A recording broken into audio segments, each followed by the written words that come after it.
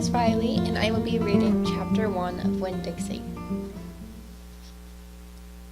My name is India Opal Bellini, and last summer my daddy, the preacher, sent me to the store for a box of macaroni and cheese, some white rice, and 2 tomatoes, and I came back with a dog.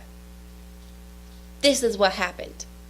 I walked into the produce section of Winn-Dixie grocery store to pick up my 2 tomatoes, and I almost bumped right into the store manager.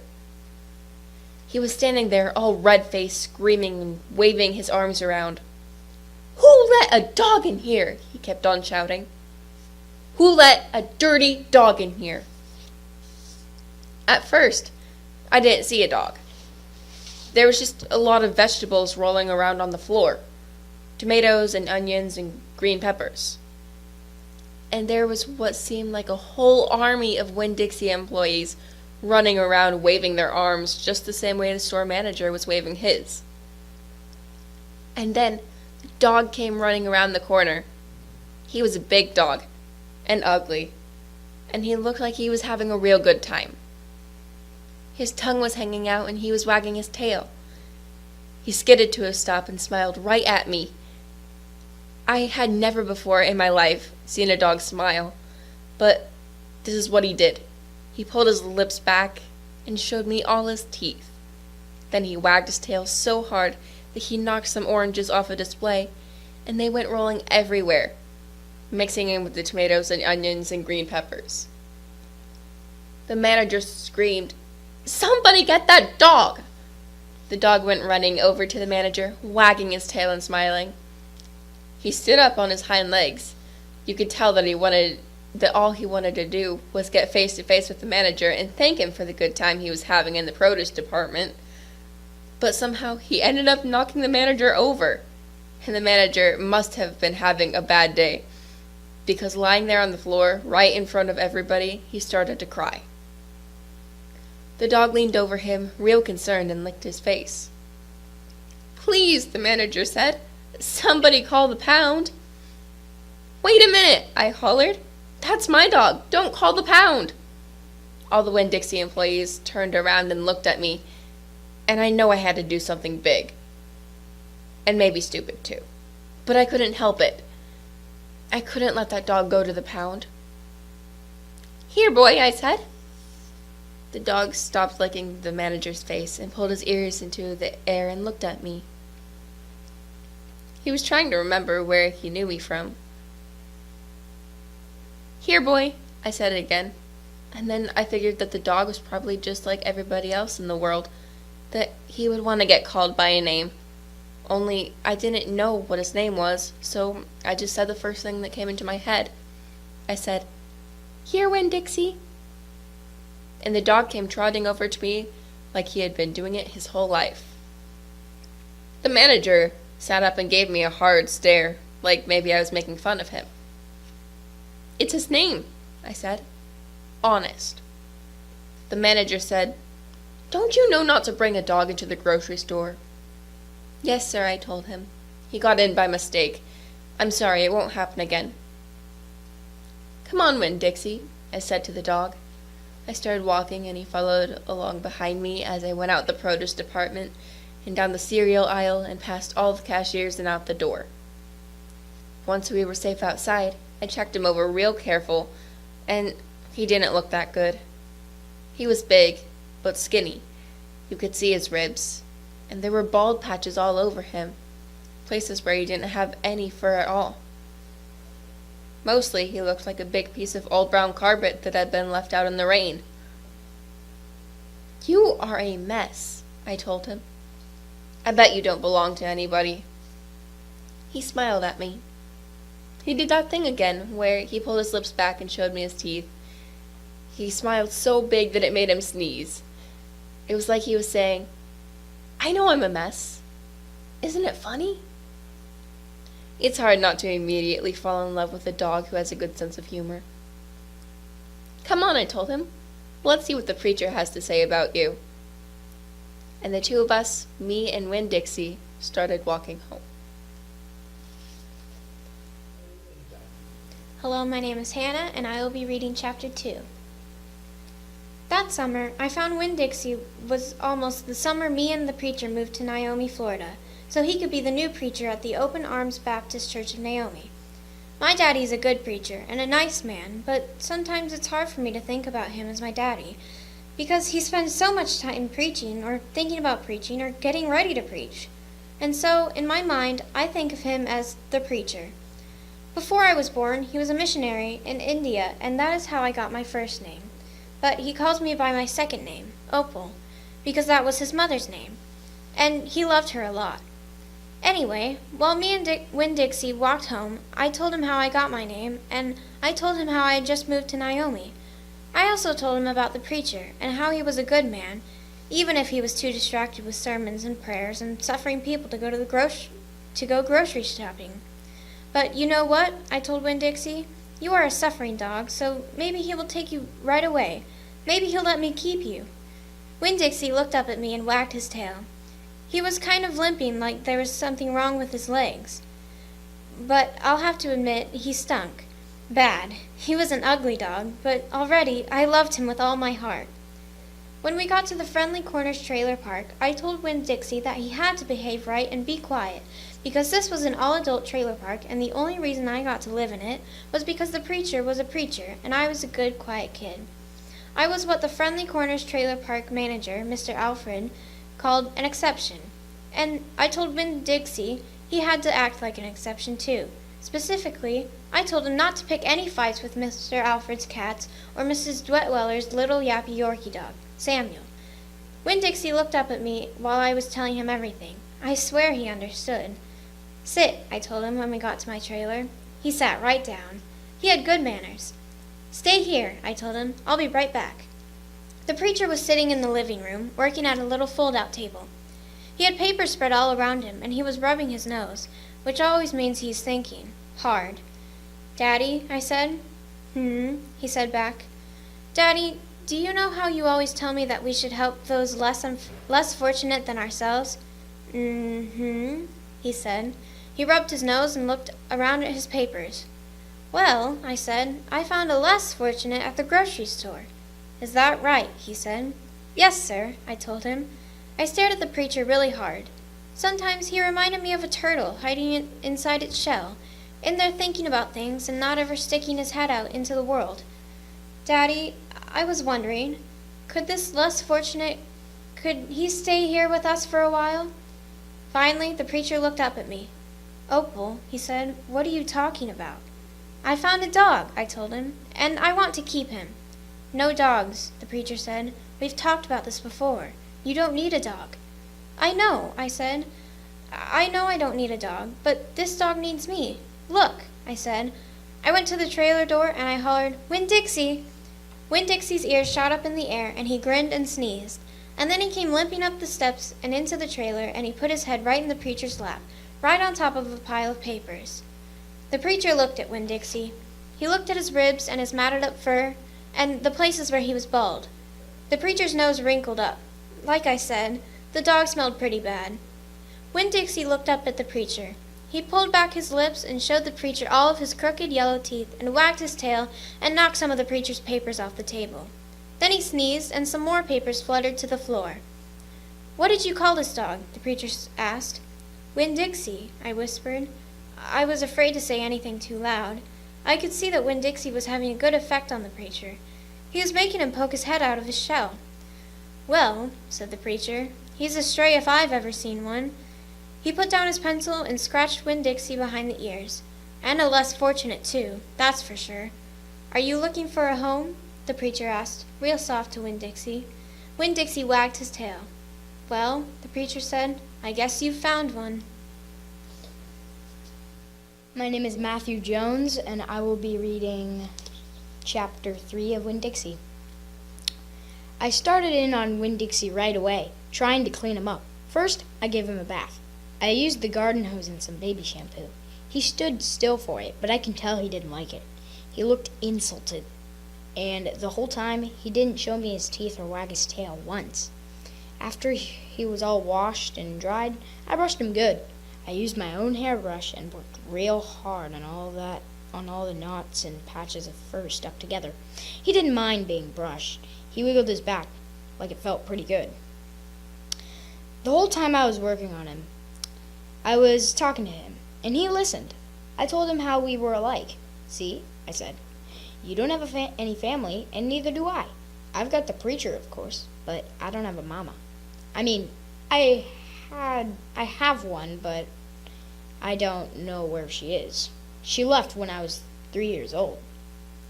I can hardly remember her, and I bet you don't remember your mama much either.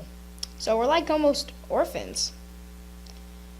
Winn-Dixie looked straight at me when I said that to him, like he was feeling relieved to finally have someone to understand his situation. I nodded my head at him and went on talking.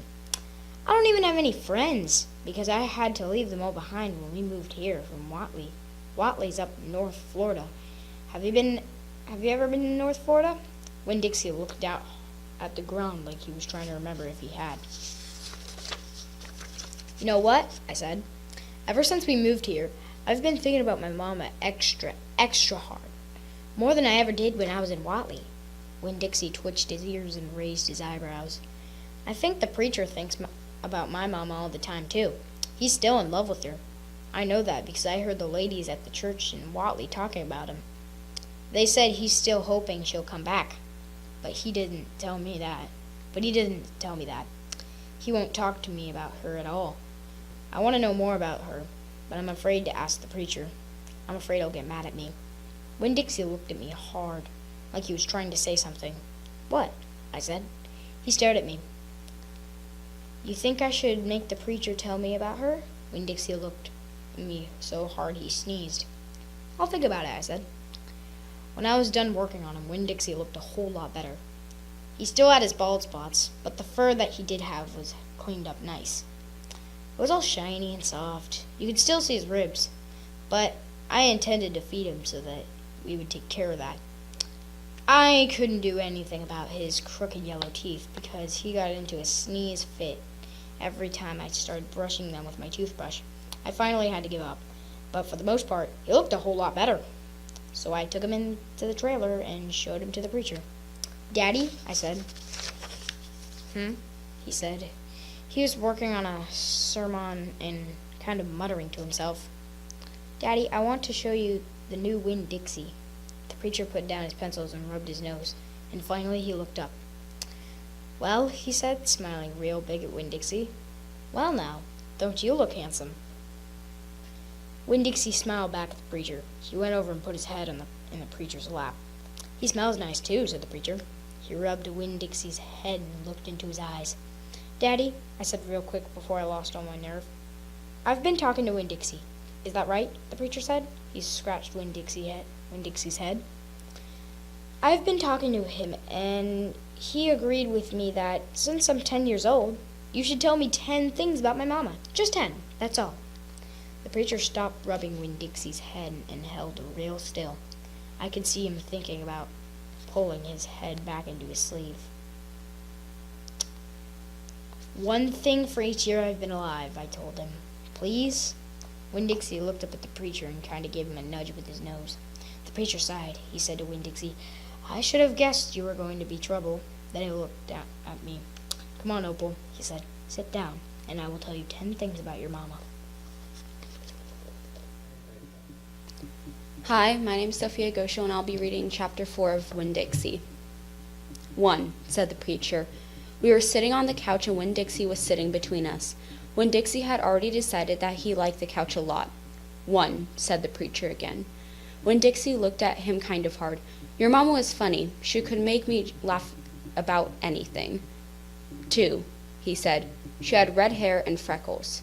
Just like me, I said. Just like you, the preacher nodded. 3, she liked to plant things. She had a talent for it. She could stick a tire in the ground and it would grow into a car. Winn-Dixie started chewing on his paw, and I tapped him on the head to make him stop. 4, said the preacher. She could run fast. If you were racing her, you couldn't ever let her get a head start, because she would beat you for sure. I'm that way too, I said. Back home, in Watley, I faced Liam Fullerton and beat him, and he said it wasn't fair, because boys and girls shouldn't race each other to begin with. I told him he was just a sore loser. The preacher nodded. He was quiet for a minute. I'm ready for number 5, I told him. 5, he said. She couldn't cook. She burned everything, including water. She had a hard time opening a can of beans. She couldn't make head nor a tail of a piece of meat. 6, the preacher rumbled, rubbed his nose and looked at the ceiling. Winn-Dixie looked up too.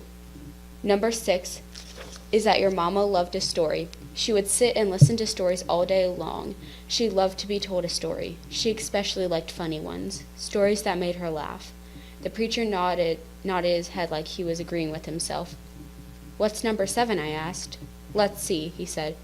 She knew all about constellations, every planet in the nighttime sky, every last one of them. She could name them and point them out. She never got tired of looking up at them. Number 8, said the preacher, his eyes closed, was that she hated being a preacher's wife. She said she couldn't stand having the ladies at church judge her by what she was wearing and what she was cooking and how she was singing. She said it made her feel like a bug under a microscope. When Dixie lay down on the couch, he put his nose in the preacher's lap and his tail in mine. 10, said the preacher. 9, I told him. 9, said the preacher. She drank. She drank beer and whiskey and wine. Sometimes she couldn't stop drinking, and that made me and your mama fight quite a bit. Number 10, he said with a long sigh. Number 10 is that your mama loved you. She loved you very much. But she left me, I told him. She left us, said the preacher softly. I could see him pulling on his old turtle head back into its stupid turtle shell. She packed her bags and left us, and she didn't leave one thing behind. Okay, I said. I got up off the couch. Winn-Dixie hopped off too. Thank you for telling me, I said. I went right back to my room and wrote down all 10 things that the preacher told me. I wrote them down just as he said them to me so that I wouldn't forget them. And then I read them out loud to Winn-Dixie until I had them memorized. I wanted to know those 10 things inside and out. That way, if my mama ever came back, I could recognize her, and I would be able to grab her and hold her tight and not let go of her and not let her get away from me again. My name is Trina, and I'm going to be reading Chapter 5 of Winn-Dixie. Winn-Dixie couldn't stand to be left alone. We found that out real quick. If me and the preacher went off and left him by himself in the trailer, he pulled all the cushions off the couch and all the toilet paper off the roll. So we started tying him up outside with a rope when we left. That didn't work either. Winn-Dixie howled until Samuel, Mrs. Detwiller's dog, started howling too. It was exactly the kind of noise that people in an all-adult trailer park did not like to hear. He just doesn't want to be left alone, I told the preacher.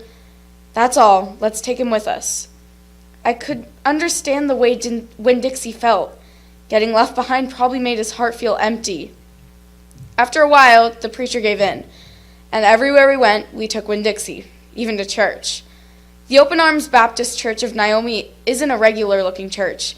The building used to be a Pick It Quick store, and when you walk in the front door, the first thing you see is the Pick It Quick motto. It's written on the floor in little tiny red tiles that make great big letters that say, pick, pick, pick, quick, quick, quick. The preacher tried painting over those tiles, but the letters wouldn't stay covered up, and so the preacher has just given up and let them be. The other thing about the Open Arms that is different from other churches is there aren't any pews. People bring in their own fold-up chairs and lawn chairs, and so sometimes it looks more like the congregation is watching a parade or sitting at a barbecue instead of being at church. It's kind of a strange church, and I thought Winn-Dixie would fit right in.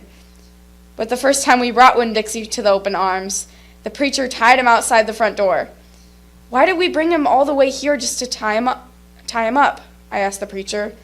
Because dogs don't belong in church, Opal, the preacher said. That's why. He tied Winn-Dixie up to a tree and said how there was lots of shade for him and that it ought to work out real good. Well, it didn't. The service started and there was some singing and some sharing and some praying, and then the preacher started preaching. And he wasn't but 2 or 3 words into his sermon when there was a terrible howl coming from outside. The preacher tried to ignore it. Today, he said, "Aroo!" said Winn-Dixie. "Please," said the preacher. "Aroo!" said Winn-Dixie back. "Friends," said the preacher. "Aroo!" wailed Winn-Dixie. Everyone turned in their lawn chairs and fold-up chairs and looked at one another. "Opal," said the preacher, "Ow!" said Winn-Dixie. "Yes, sir," I said. "Go get that dog," he yelled. "Yes, sir," I yelled back. I went outside and untied Winn-Dixie and brought him inside. And he sat down beside me and smiled up at the preacher, and the preacher couldn't help it. He smiled back. Winn-Dixie had that effect on him. And so the preacher started in preaching again. Winn-Dixie sat there listening to it, wiggling his ears this way and that, trying to catch all the words. And everyone would have been all right, except that a mouse ran across the floor. The Open Arms had mice. They were there from when it was a pick-a-quick, and there were lots of good things to eat in the building. And when the pick-a-quick became the Open Arms Baptist Church of Naomi, the mice stayed around to eat all the leftover crumbs from the potluck suppers. The preacher kept on saying he was going to have to do something about them, but he never did. Because the truth is, he couldn't stand the thought of hurting anyone, even a mouse. Well, Winn-Dixie saw that mouse, and he was up and after him. One minute, everything was quiet and serious, and the preacher was going on and on and on. And the next minute, Winn-Dixie looked like a furry bullet, shooting across the building, chasing that mouse. He was barking, and his feet were skidding all over the polished pick-a-quick floor, and people were clapping and hollering and pointing. They really went wild when Winn-Dixie actually caught the mouse. "I have never in my life seen a dog catch a mouse," said Miss Nordley. She was sitting right next to me. "He's a special dog," I told her. "I imagine so," she said back. Winn-Dixie stood up there in front of the whole church, wagging his tail and holding the mouse real careful in his mouth, holding on to him tight but not squishing him. "I believe that mutt has got some retriever in him," said somebody behind me. "That's a hunting dog." Winn-Dixie took the mouse over to the preacher and dropped it at his feet. And when the mouse tried to get away, Winn-Dixie put his paw right on the mouse's tail. Then he smiled up at the preacher.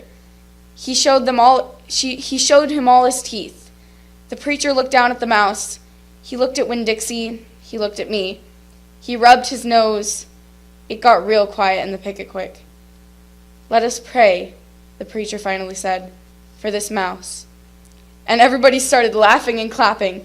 The preacher picked up the mouse by the tail and walked and threw it out the front door of the pick-a-quick, and everybody applauded again. He then came back and we all prayed together. I prayed for my mama. I told God how much she would have enjoyed hearing the story of Winn-Dixie catching that mouse. It would have made her laugh. I asked God if maybe I could be the one to tell her that story someday. Then I talked to God about how I was lonely in Naomi because I didn't know that many kids, only the ones from church. And there weren't that many kids at the Open Arms, just Dunlap and Stevie Dewberry, two brothers who weren't twins but looked like they were, and Amanda Wilkinson, whose face was always pinched up like she was smelling something real bad, and Sweetie Pie Thomas, who was only 5 years old and still mostly a baby. And none of them wanted to be my friend anyway, because they probably thought I'd tell on them to the preacher for every little thing they did wrong, and then they would get in trouble with God and their parents. So I told God that I was lonely, even having Winn-Dixie. And finally, I prayed for the mouse, like the preacher suggested. I prayed that he didn't get hurt when he went flying out the door of the Open Arms Baptist Church of Naomi. I prayed that he landed on a nice soft patch of grass. My name is Megan, and I'll be reading Chapter 6 of Winn-Dixie. I spent a long time that summer at the Herman W. Block Memorial Library. The Herman W. Block Memorial Library sounds like it would be a big, fancy place, but it's not. It's just a little old house full of books, and Miss Franny Block is in charge of them all. She's a very small, very old woman with short gray hair, and she was the first friend I made in Naomi. It all started with Winn-Dixie, not liking him when I went into the library, because he couldn't go inside too. But I showed him how he could stand up on his hind legs and look in the window and see me in there, selecting my books, and he was okay, as long as he could see me. But the thing was, the first time Miss Franny Block saw Winn-Dixie standing up on his hind legs like that, looking in the window, she didn't think he was a dog. She thought he was a bear. This is what happened. I was picking out my books and kind of humming to myself, and all of a sudden there was this loud, scary scream. I went running up to the front of the library, and there was Miss Franny Block sitting on the floor behind her desk. "Miss Franny," I asked, "are you all right?" "A bear," she said. "A bear?" I asked. "He has come back," she said. "He has?" I asked.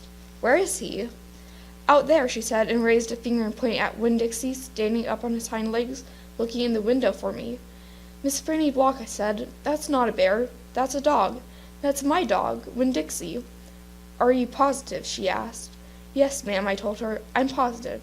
He's my dog. I would know him anywhere. Miss Franny sat there, trembling and shaking. Come on, I said. Let me help you up. It's okay. I stuck out my hand and Miss Franny took hold of it, and I pulled her up off the floor. She didn't weigh hardly anything at all.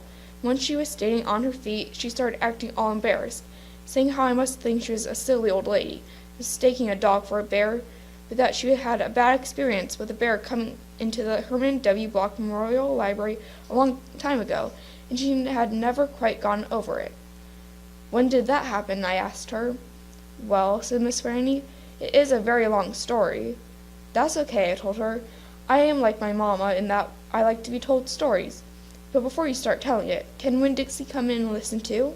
He gets lonely without me. Well, I don't know, said Miss Franny. Dogs are not allowed in the Herman W. Block Memorial Library. He'll be good, I told her. He's a dog who goes to church. And before she could say yes or no, I went outside and got Winn-Dixie, and he came in and lay down with a humph and a sigh right at Miss Franny's feet. She looked down at him and said, He most certainly is a large dog. Yes, ma'am, I told her. He has a large heart, too. Well, Miss Franny said. She bent over and gave Winn-Dixie a pat on the head, and Winn-Dixie wagged his tail back and forth and snuffled his nose on her little old lady feet. Let me get a chair and sit down so I can tell the story properly. Hi, I'm Emily Rodenberg. I'm going to be reading Chapter 7 of Because of Winn-Dixie. Back when Florida was wild, when it consisted of nothing but palmetto trees and mosquitoes so big they could fly away with you, Miss Franny Block started in, and I was a little girl, no bigger than you. My father, Herman W. Block, told me that I could have anything I wanted for my birthday. Anything at all. Miss Franny looked around the library. She leaned in close to me. I don't want to appear prideful, she said, but my daddy was a very rich man. A very rich man. She nodded, and then leaned back and said, I was a little girl who loved to read, so I told him, Daddy, I would most certainly love to have a library for my birthday. Just a small little library would be wonderful. You asked for a whole library? A small one, Miss Franny nodded. I wanted a little house full of nothing but books, and I wanted to share them, too. I got my wish. My father built me this house, the very one we're sitting in right now. And at a very young age, I became a librarian. Yes, ma'am. What about the bear? I said. Did I mention that Florida was wild in those days? Miss Franny Block said. Uh-huh, you did. It was wild, and there was wild men and wild women and wild animals, like bears. Yes, ma'am, that's right. Now, I have to tell you, I was a little Miss Know-It-All, a little Miss Smarty-Pants with my library full of books. Oh, yes, ma'am. I thought I knew the answers to everything. Well, one hot Thursday I was sitting in my library with all the doors and windows open and my nose stuck in a book, when I saw a shadow cross the desk. Without looking up, yes, ma'am, without even looking up, I said, Is there a book I can help you find? Well, there was no answer. I thought, it might have been a wild man or a wild woman, scared of all these books and afraid to speak up. But then I became very aware of a very, very peculiar smell. A very strong smell. I raised my eyebrows slowly, and standing in front of me was a bear. Yes, ma'am, a very large bear. How big? I asked. Oh, well, said Miss Franny, perhaps 3 times the size of your dog. Then what happened? I asked her. Well, said Miss Franny, I looked at him, and he looked at me. He put his big nose right up in the air and sniffed as if he was trying to decide if a little Miss Know-It-All librarian was what he was in the mood to eat. And I sat there, and then I thought, well, if this bear intends to eat me, I am not going to let it happen without a fight. No, ma'am. So very slowly and very carefully I raised the book I was reading. What book was that? I asked. Why, it was War and Peace, a very large book. I raised it up slowly, and I aimed it carefully, and I threw it right at the bear, and I screamed, Be gone! And you know what?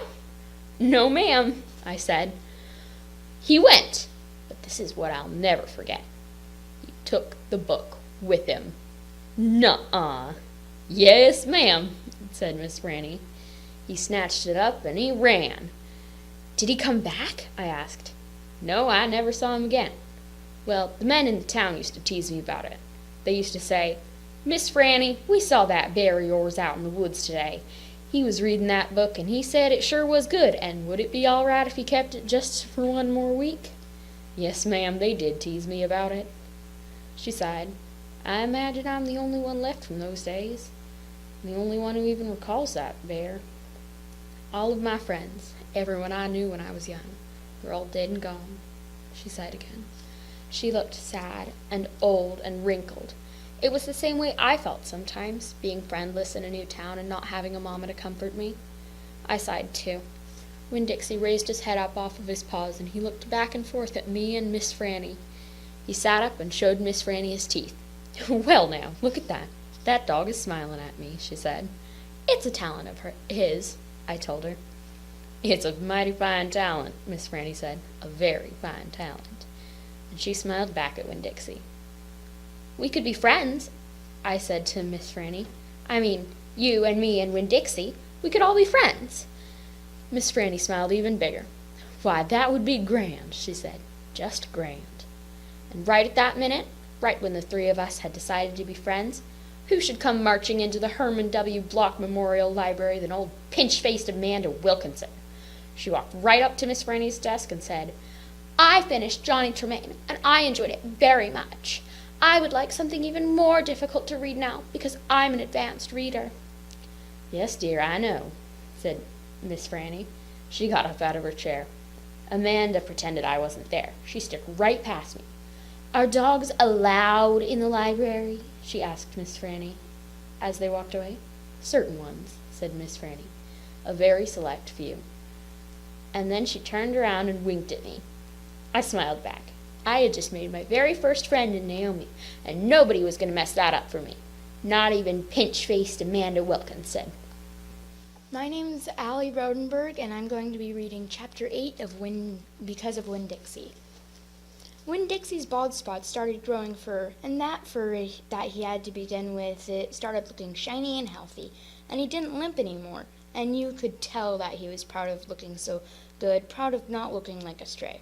I thought what he needed most was a collar and a leash, so I went into Gertrude's Pets, where there were fish and snakes and mice and lizards and gerbils and pet supplies. And I found a real handsome red leather collar and a matching leash. Winn-Dixie was not allowed to come inside the store. There was a big sign on the door that said, "No dogs allowed." So I held the collar and the leash up to the window. And Winn-Dixie, who was standing on the other side of the window, pulled up his lip and showed me his teeth, and sneezed and wagged his tail something furious. So I knew he absolutely loved that leash and collar combination, but it was very expensive. I decided to explain my situation to the man behind the counter. I said, I don't get a big enough allowance to afford something this fancy, but I love this collar and leash, and so does my dog, and I was thinking that maybe you could set me up on an installment plan. Installment plan? Said the man. Gertrude! Somebody screamed in a real irritating voice. I looked around. It was a parrot. She was sitting on top of one of the fish tanks, looking right at me. An installment plan, I said, ignoring the parrot. You know, where I promise to give you my allowance every week, and you give me the leash and collar now. I don't think I can do that, said the man. He shook his head. No, the owner, she wouldn't like that. He looked down at the counter. He wouldn't look at me. He had thick black hair, and it was slicked back like Elvis Presley's.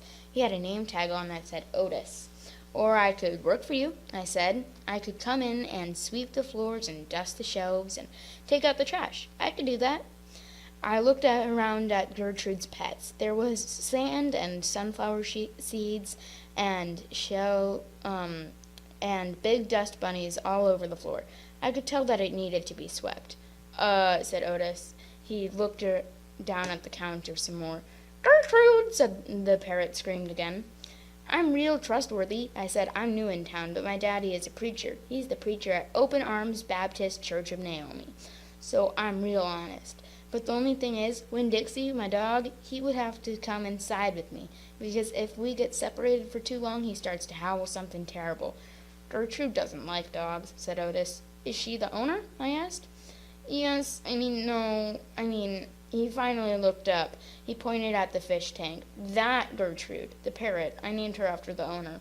Gertrude's pretty bird, screamed Gertrude. She might like Winn-Dixie, I told Otis. Almost everybody does. Maybe he could come inside and meet her, and if the two of them get along, then I could have the job. Maybe, Otis mumbled. He looked down at the counter again. So I went and opened the door, and Winn-Dixie came trotting on inside the store. Dog! Screamed Gertrude. I know it, Otis told her. And then Gertrude got real quiet. She sat on the top of the fish tank and cocked her head from one side to the other, looking at Winn-Dixie. And Winn-Dixie stood and stared back at her. He didn't hardly move. He didn't wag his tail. He didn't smile. He didn't sneeze. He just stared at Gertrude, and she stared at him. And then she spread her wings out real far and flew and landed on top of Winn-Dixie's head. Dog, she croaked. Winn-Dixie wagged his tail just a tiny bit, and Otis said, You can start on Monday. Thank you, I told him. You won't be sorry. On the way out of Gertrude's pet, I said to Winn-Dixie, You are better at making friends than anybody I've ever known. I bet if Mama knew you, she would think you were the best dog ever. Winn-Dixie was smiling up at me, and I was smiling down at him, and so neither one of us was looking where we were going, and we almost bumped right into Sweetie Pie Thomas. She was standing there, sucking on the knuckle of her third finger, staring in the window of Gertrude's Pets. She took her finger out of her mouth and looked at me. Her eyes were all big and round. Was that bird just sitting on that dog's head? She asked. She had her hair tied up in a ponytail with a pink ribbon. But it wasn't much of a ponytail. It was mostly a ribbon with a few strands of hair. Yes, I told her. I seen it, she said. She nodded her head and put her knuckle back in her mouth. Then she took it out again real quick. I seen that dog in the church, too. He was catching a mouse. I want a dog just like it, but my mama won't let me get no dog. She says if I'm real good, I might get to buy me a goldfish or one of them gerbils. That's what she says. Can I pet your dog? Sure, I told her. Sweetie Pie stroked Winn-Dixie's head so long and serious that his eyes drooped half closed and drool came out the side of his mouth. I'm going to be 6 years old in September. I got to stop sucking on my knuckle once I'm 6, said Sweetie Pie. I'm having a party. Do you want to come to my party? The theme is pink. Sure, I told her. Can this dog come? She asked. You bet, I told her, and all of a sudden I felt happy. I had a dog, I had a job, I had Miss Franny Block for a friend, and I had my first invitation to a party in Naomi. It didn't matter that it came from a 5-year-old, and the party wasn't until September. I didn't feel so lonely anymore. Hi, my name is Adam, and I will be reading Chapter 9. Just about everything that happened to me that summer happened because of Winn-Dixie. For instance, without him, I would have never met Gloria Dump. He was the one who introduced us. What happened was this. I was riding my bike home from Gertrude's Pets, and Winn-Dixie was running along beside me. We went past Dunlap and Steve Dewberry's house, and when Dunlap and Stewie saw me, they got on their bikes and started following me. They wouldn't ride with me, they just rode behind me and whispered things that I couldn't hear. Neither one of them had any hair on his head because their mama shaved their heads every week during the summer because of the one time Dunlap got fleas in his hair from their cat, Sadie. And now they looked like two identical bald-headed babies. Even though they weren't twins, Dunlap was 10 years old, like me, and Stevie was 9 and tall for his age. I can hear you, I hollered back at them. I can hear what you're saying, but I couldn't. Winn-Dixie started to race way ahead of me. Better watch out, Dunlap hollered. That dog is headed right for the witch's house. Winn-Dixie, I called. But he kept on going faster and hopped a gate and went into the most overgrown jungle of a yard that I have ever seen. Better go get your dog out of there, Dunlap said. The witch will eat that dog, Stevie said. Shut up, I told them. I got off my bike and went up to the gate and hollered, Winn-Dixie, you better come on out of there. But he didn't. She's probably eating him right now, Stevie said. He and Dunlap were standing behind me. She eats dogs all the time. Get lost, you bald-headed babies, I said. Hey, said Dunlap. That ain't very nice way for a preacher's daughter to talk. He and Stevie backed up a little. I stood there and thought for a minute. I finally decided that I was more afraid of losing Winn-Dixie than I was of having to deal with the dog-eating witch. So I went through the gate and into the yard. The witch is going to eat the dog for dinner and you for dessert, Stevie said. You'll tell the preacher what happened to you, Dunlap shouted after me. By then I was deep in the jungle. There was every kind of thing growing everywhere. There were flowers and vegetables and trees and vines. Winn-Dixie, I said. Heh heh heh heh heh, I heard. This dog sure likes to eat. I went around a really big tree, all covered in moss, and there was Winn-Dixie. He was eating something right out of the witch's hand. She looked up at me. This dog sure likes peanut butter, she said. You can always trust a dog that likes peanut butter. She was old with crinkly brown skin. She had on a big floppy hat with flowers all over it, and she didn't have any teeth, but she didn't look like a witch. She looked nice. Winn-Dixie liked her. I could tell. I'm sorry he got in your garden, I said. You ain't gotta be sorry, she said. I enjoy little company. My name's Opal, I told her. My name's Gloria Dump, she said. Ain't that a terrible last name? Dump? My last name is Balani. Sometimes the kids at school back home in Wadley call me lunch meat. Ha! Gloria Dump laughed. What about this dog? What do you call him? Winn-Dixie, I said. Winn-Dixie thumped his tail on the ground. He tried smiling, but it was hard with his mouth all full of peanut butter. Winn-Dixie, Gloria Dump said. You mean like the grocery store? Yes, ma'am, I said. Ooh-wee, she said. That takes the strange name prize, don't it? Yes, ma'am, I said. I was just fixing to make myself a peanut butter sandwich, she said. Want one too? All right, I said. Yes, please. Go on and sit down, she said, pointing at a lawn chair with the back all busted out of it. But sit down careful.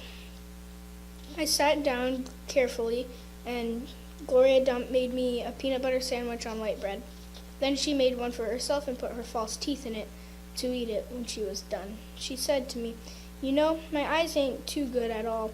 I can't see nothing but the general shape of things, so I got to rely on my heart. Why don't you go on and tell me everything about yourself so I can see you with my heart? And because Winn-Dixie was looking up at her like she was the best thing he had ever seen, and because the peanut butter sandwich had been so good, and because I had been waiting for a long time to tell some person everything about me, I did. Hi, I'm Eddie, and I will be reading Chapter 10. I told Gloria Dump everything. I told her how me and the preacher had just moved into Naomi, and how I had to leave all my friends behind. I told her about my mama leaving, and I listed out the 10 things that I knew about her, and I explained that here, in Naomi. I miss Mama more than I ever had in Watley. I told her about the preacher being like a turtle, hiding all the time inside his shell. I told her about finding Winn-Dixie in the produce department, and how because of him I became friends with Miss Franny Block and got a job working for a man named Otis at Gertrude's Pets, and got invited to Sweetie Pie Thomas's birthday party. I even told Gloria Dump how Dunlap and Stewie Dewberry called her a witch, but I told her they were stupid, mean, bald-headed boys, and I didn't believe them, not for long, anyhow. And the whole time I was talking, Gloria Dump was listening. She was nodding her head and smiling and frowning and saying, and is that right? I could feel her listening with all her heart, and that made me feel good. You know what she said when I was all done? What? Could be that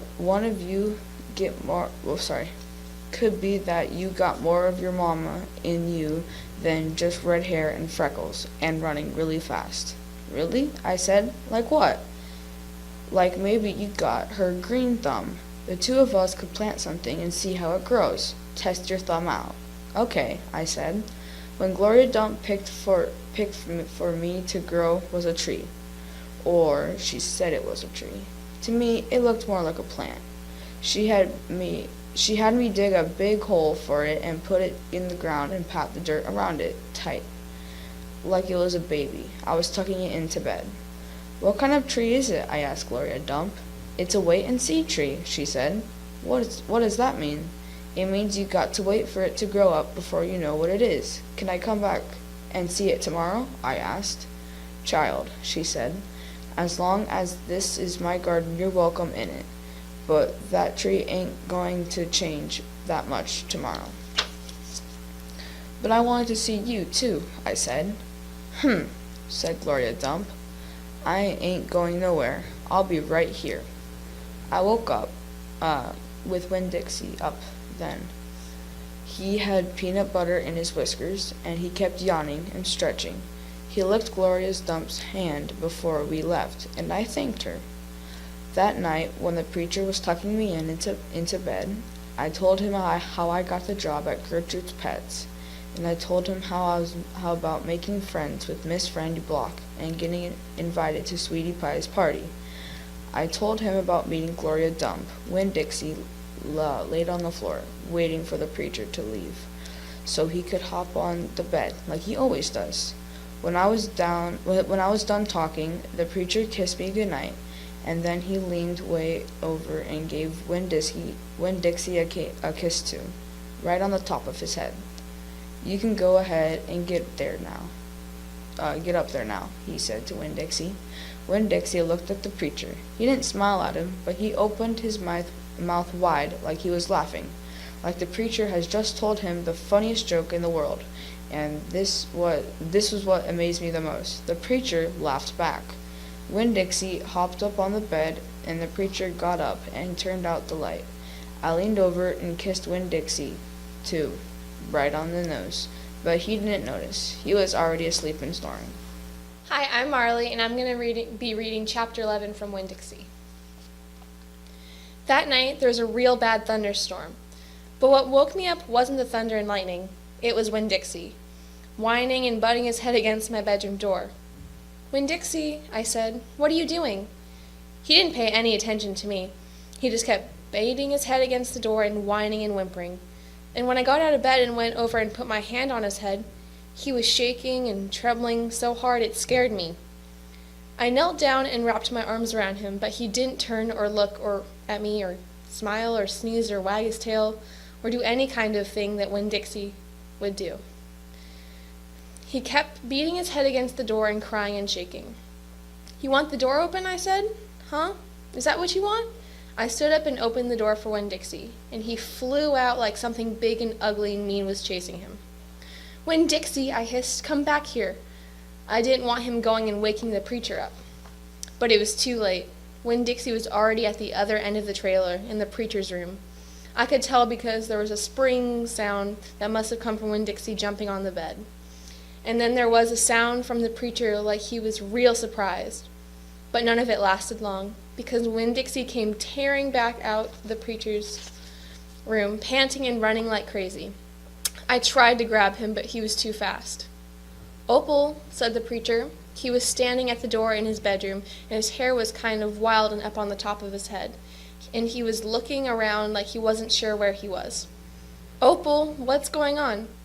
"I don't know," I told him, but then there was a huge crack of thunder, one so loud it shook the whole trailer, and Winn-Dixie came shooting back out of the room and running past me, and I screamed, "Daddy, watch out!"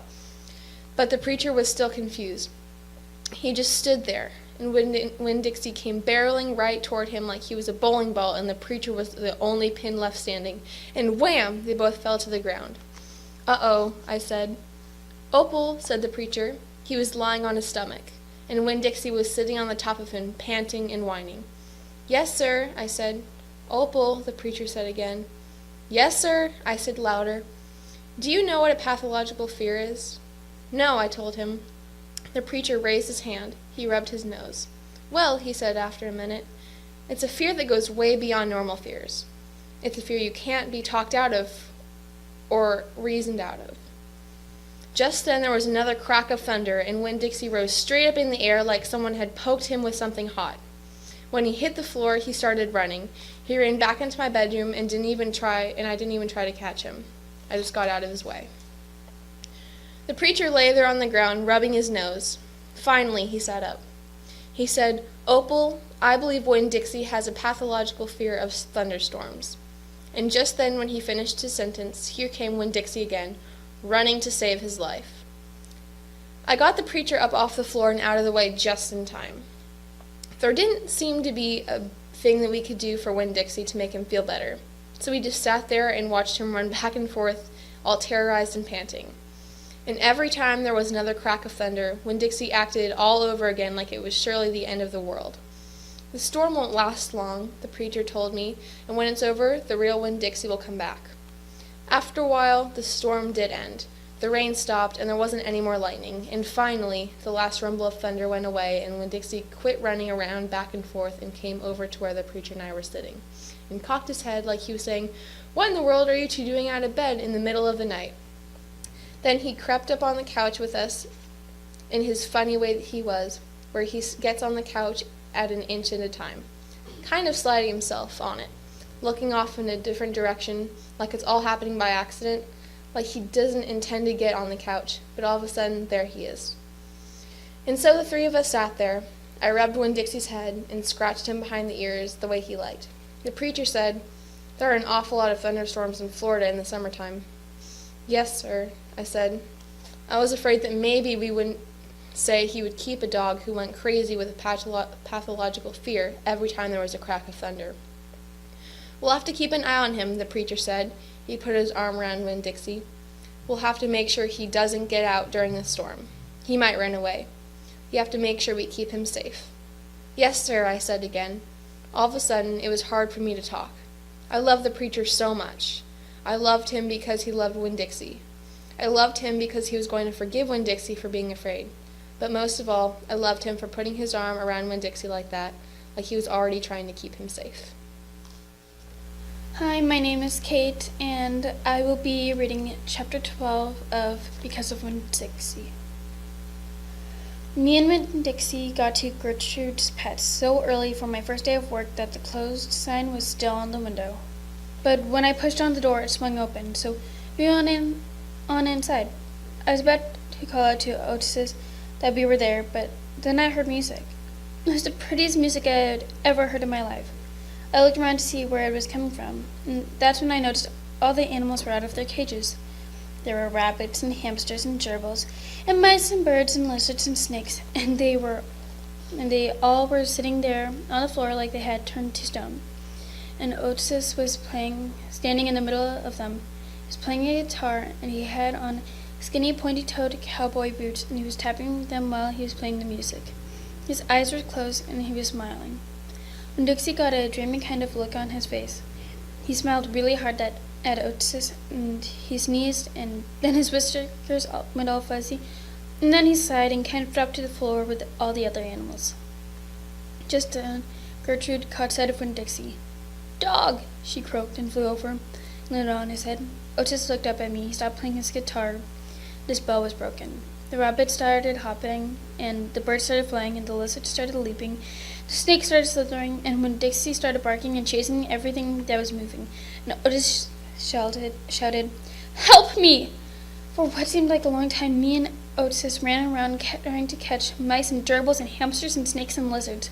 We kept on bumping into each other, tripping over animals, and Gertrude kept screaming, "Dog! Dog!"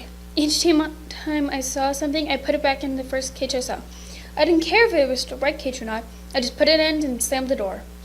The whole time I was chasing things, I was thinking that Otis must be some kind of snake charmer, the way he could play his guitar and make all the animals turn to stone. Then I thought, this is silly. I shut over Winn-Dixie barking and Gertrude yelling. I said, "Play some more music, Otis." Sorry. He looked at me for a minute, and then he started playing his guitar. And in just a few seconds, everything went quiet. Winn-Dixie was lying on the floor, blinking his eyes, smiling to himself, sneezing every now and then. And the mice and the gerbils and the rabbits and the lizards and the snakes that we hadn't caught yet got quiet and sat still. I picked them up one by one and put them back in their cages. When I was done, Otis stopped playing. He looked down at his boots. "I was just playing them some music. It makes them happy." "Yes, sir," I said. "Did they escape from their cages?" "No," said Otis. "I took them out, and I feel sorry for them being locked up all the time. I know what it's like being locked up." "You do?" I say. "I Been in jail, Otis said. He looked up at me real quick and then looked back down at his boots. You have? I asked. Never mind, said Otis. Aren't you here to sweep the floor? Yes, sir, I told him. He walked over to the counter and started digging through a pile of things, and finally he came up with a broom. Here, he said, you should start sweeping. Only he must have gotten confused. He was holding out his guitar to me instead of the broom. With your guitar? I asked. He blushed and handed me the broom. I started to work. I am a good sweeper. I swept the whole store and then dusted some of the shelves. The whole time I worked, Winn-Dixie followed me and Gertrude followed him, flying behind and sitting on his head, on his back and croaking real quiet to herself, "Dog, dog." When I was done, Otis thanked me. I left Gertrude's pets, thinking about how the preacher probably wouldn't like it very much that I was working for a criminal.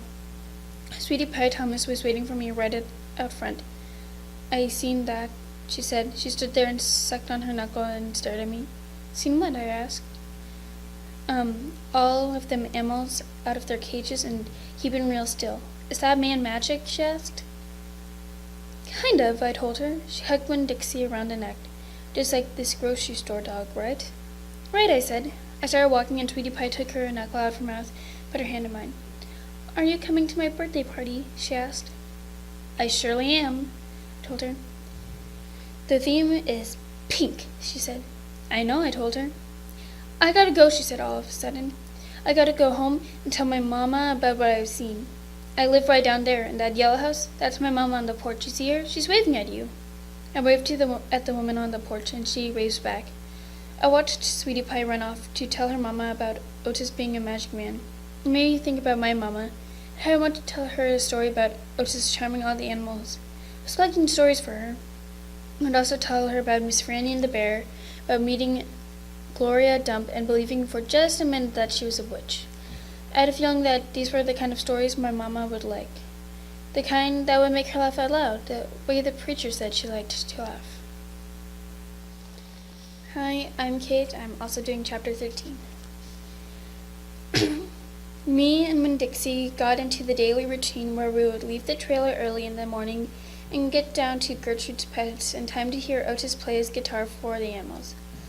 Sometimes Sweetie Pie snuck in for the concert, too. She sat on the floor and wrapped her arms around Winn-Dixie and rocked him back and forth like he was a big old teddy bear.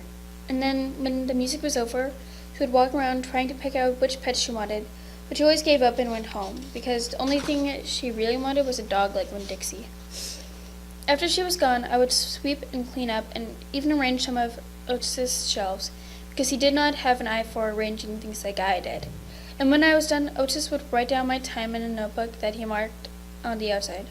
One red leather collar, one red leather leash. The whole time he did it not in any way ever act like a criminal. After working at Gertrude's Pets, me and Winn-Dixie would go over to Herman W. Block Memorial Library to talk to Miss Franny Block and listen to her tell us a story. But my favorite place to be that summer was in Gloria Dump's yard. But I figured it was Winn-Dixie's favorite place too, because when we got up to the last block before her house, Winn-Dixie would break away from my bike and start running for all that he was worth, heading for Gloria Dump's backyard and his spoonful of peanut butter. Sometimes Dunlap and Steve Dewberry would follow me. They would holler, "There goes the preacher's daughter, visiting the witch." She's not a witch, I told them. It made me mad the way they wouldn't listen to me and kept on believing whatever they wanted to believe about Gloria Dump. One time, Stevie said to me, "My mama says you shouldn't be spending all your time cooped up in the pet shop and at the library sitting around talking with old ladies. She says that you should go out into the fresh air and play with kids your age. That's what my mama says." "Oh, lay off her," Dunlap says to Steve. Then he turns to me. "He don't mean it," he says. But I was already mad. I shouted Steve. I say, "I don't care what your mama says. She's not my mama, so she can't tell me what to do." "I'm going to tell my mama you said that," shouted Steve. "And she'll tell your daddy, and he'll shame you in front of the whole church. And that pet shop man is retarded, and he was in jail, and I wonder if your daddy knows that." Otis is not retarded. My daddy knows that he was in jail. That was a lie. But I didn't care.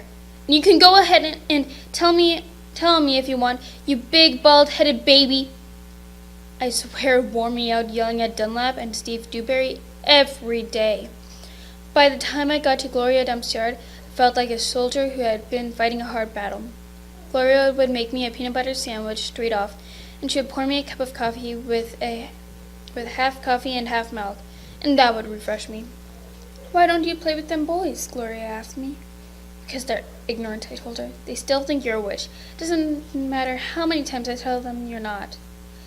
"I think they're just trying to make friends with you in a roundabout way," Gloria said. "I don't want to be their friend," I say. "It might be fun having them two boys for friends." "I'd rather talk with you," I say.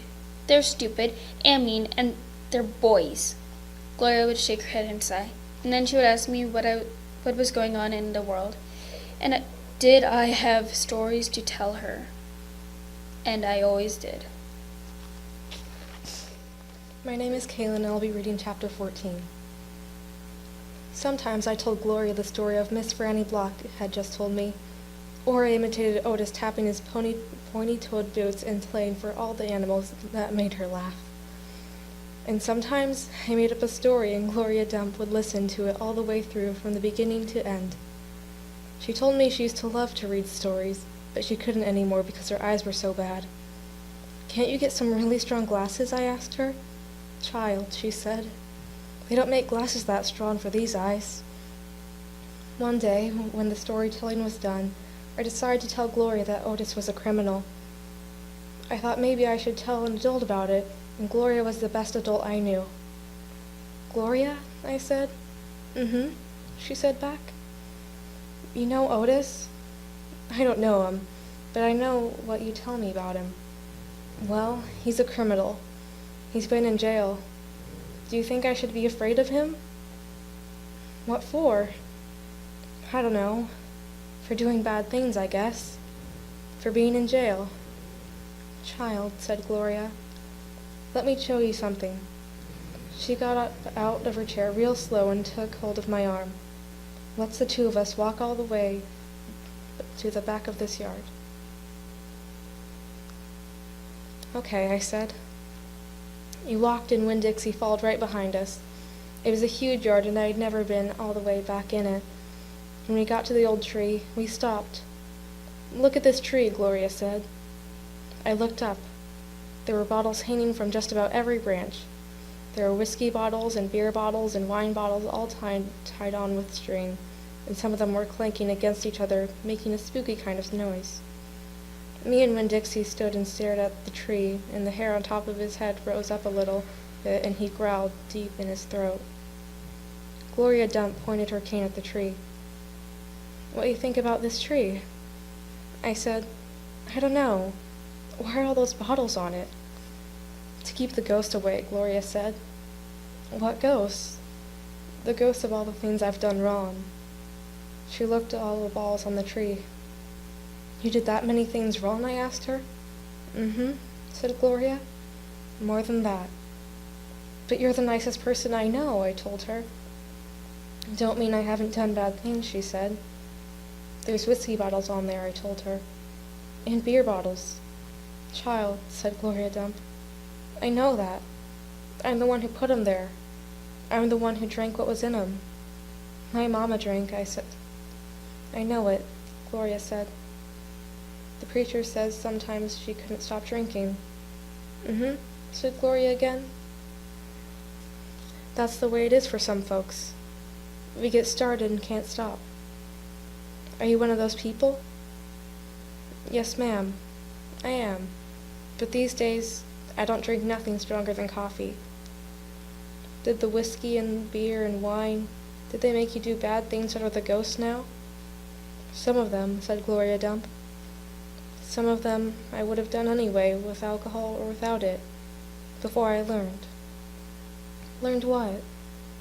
"Learned what the most important thing is." "What's that?" I asked her. "It's different for everyone," she said. "You found out on your own. But in the meantime, you gotta remember, you can't always judge people by the things they've done. You gotta judge them by what they're doing now. You judge Otis by the pretty music he plays and how he is to them animals, because that's all you know about him right now. All right?" "Yes, ma'am," I said. And the Dewberry Boys. You try not to judge them too hard either, right? All right, I said. All right then, said Gloria Dump. And she turned and started walking away. Winn-Dixie nudged me with his wet nose and wagged his tail, and when he saw that I wasn't going, he trotted after Gloria. I stayed where I was and studied the tree. I wondered if my mama, wherever she was, had a tree full of bottles, and I wondered if I was a ghost to her, the same way sometimes she seemed like a ghost to me. Hi, I'm Nico Terrio, and I am reading Chapter 15. The Herman W. Block Memorial Library's air conditioning unit didn't work very good, and there was only one fan, and from the minute me and Winn-Dixie got in the library, he hogged it all. He lay right in front of it and wagged his tail and let it blow his fur all around. Some of his fur was pretty loose and blew right off of him like a dandelion puff. I worried about him hogging the fan, and I worried about the fan blowing him bald, but Miss Franny said not to worry about either thing, that Winn-Dixie could hog the fan if he wanted, and she had never in her life seen a dog made bald by a fan. Sometimes, when Miss Franny was telling a story, she would have a fit. They were small fits, and they didn't last long, but what happened was she would forget what she was saying. She would just stop and start to shake like a little leaf. And when that happened, Winn-Dixie would get up from the fan and sit right at Miss Franny's Block's side. He would sit up tall, protecting her, with his ears standing up straight on his head, like soldiers. And when Miss Franny stopped shaking and started talking again, Winn-Dixie would lick her hand and lie back down in front of the fan. Whenever Miss Franny had one of her fits, it reminded me of Winn-Dixie in a thunderstorm. There were a lot of thunderstorms that summer, and I got real good at holding on to Winn-Dixie whenever they came. I held on to him and comforted him and whispered to him and rocked him, just the same way he tried to comfort Miss Franny when she had her fits. Only I held on to Winn-Dixie for another reason, too. I held on to him tight so he couldn't run away. It all made me think about Gloria Dump. I wondered who comforted her when she had those bottles knocking together, those ghosts chattering about the things she had done wrong. I wanted to comfort Gloria Dump, and I decided that the best way to do that would be to read her a book. Read it to her loud enough to keep the ghosts away. And so I asked Miss Franny. I said, "Miss Franny, I've got a grown-up friend whose eyes are going on her, and I would like to read her a book out loud. Do you have any suggestions?" "Suggestions," Miss Franny said. "Yes, ma'am, I have suggestions. Of course, I have suggestions. How about Gone with the Wind?" "What's that about?" I asked her. "Why," said Miss Franny, "it's a wonderful story about the Civil War." "The Civil War?" I said. "Do not tell me you have never heard of the Civil War." Miss Franny Block looked like she was going to faint. She waved her hands in front of her face. "I know about the Civil War," I told her. "That was the war between the South and the North over slavery." "Slavery, yes," said Miss Franny. "It was also about the states' rights and money. It was a terrible war. My great-grandfather fought in that war. He was just a boy." "Your great-grandfather?" "Yes, ma'am, Litmus W. Block. Now there's a story." Winn-Dixie yawned real big and lay down on his side, with a thump and a sigh. I swear he knew that phrase. "Now there's a story," and he knew it meant we weren't going to go anywhere real soon. "Go ahead and tell it to me, Miss Franny," I said, and I sat down cross-legged next to Winn-Dixie. I pushed him and tried to get him to share the fan, but he pretended he was asleep, and he wouldn't move. I was all settled in and ready for a good story when the door banged and pinch-faced Amanda Wilkinson came in. Winn-Dixie sat up and stared at her. He tried out a smile on her, but she didn't smile back, and so he laid down again. "I'm ready for another book," Amanda said, slamming her book down on Miss Franny's desk. "Well," said Miss Franny, "maybe you wouldn't mind waiting. I am telling India Opal a story about my great-grandfather. You are, of course, more than welcome to listen. It will be just 1 minute." Amanda sighed a real big dramatic sigh and stared past me. She pretended like she wasn't interested, but she was. I could tell. "Come sit over here," said Miss Franny. "I'll stand, thank you," said Amanda. "Suit yourself," Miss Franny shrugged. "Now, where was I? Oh, yes. Litmus W. Block." Hi, I'm Sadie and I will be reading Chapter 16. Litmus W. Block was just a boy when the firing at Fort Sumter occurred, Miss Franny Block said as she started on her own story. "Fort Sumter," I said. "It was the firing on Fort Sumter that started the war," said Amanda.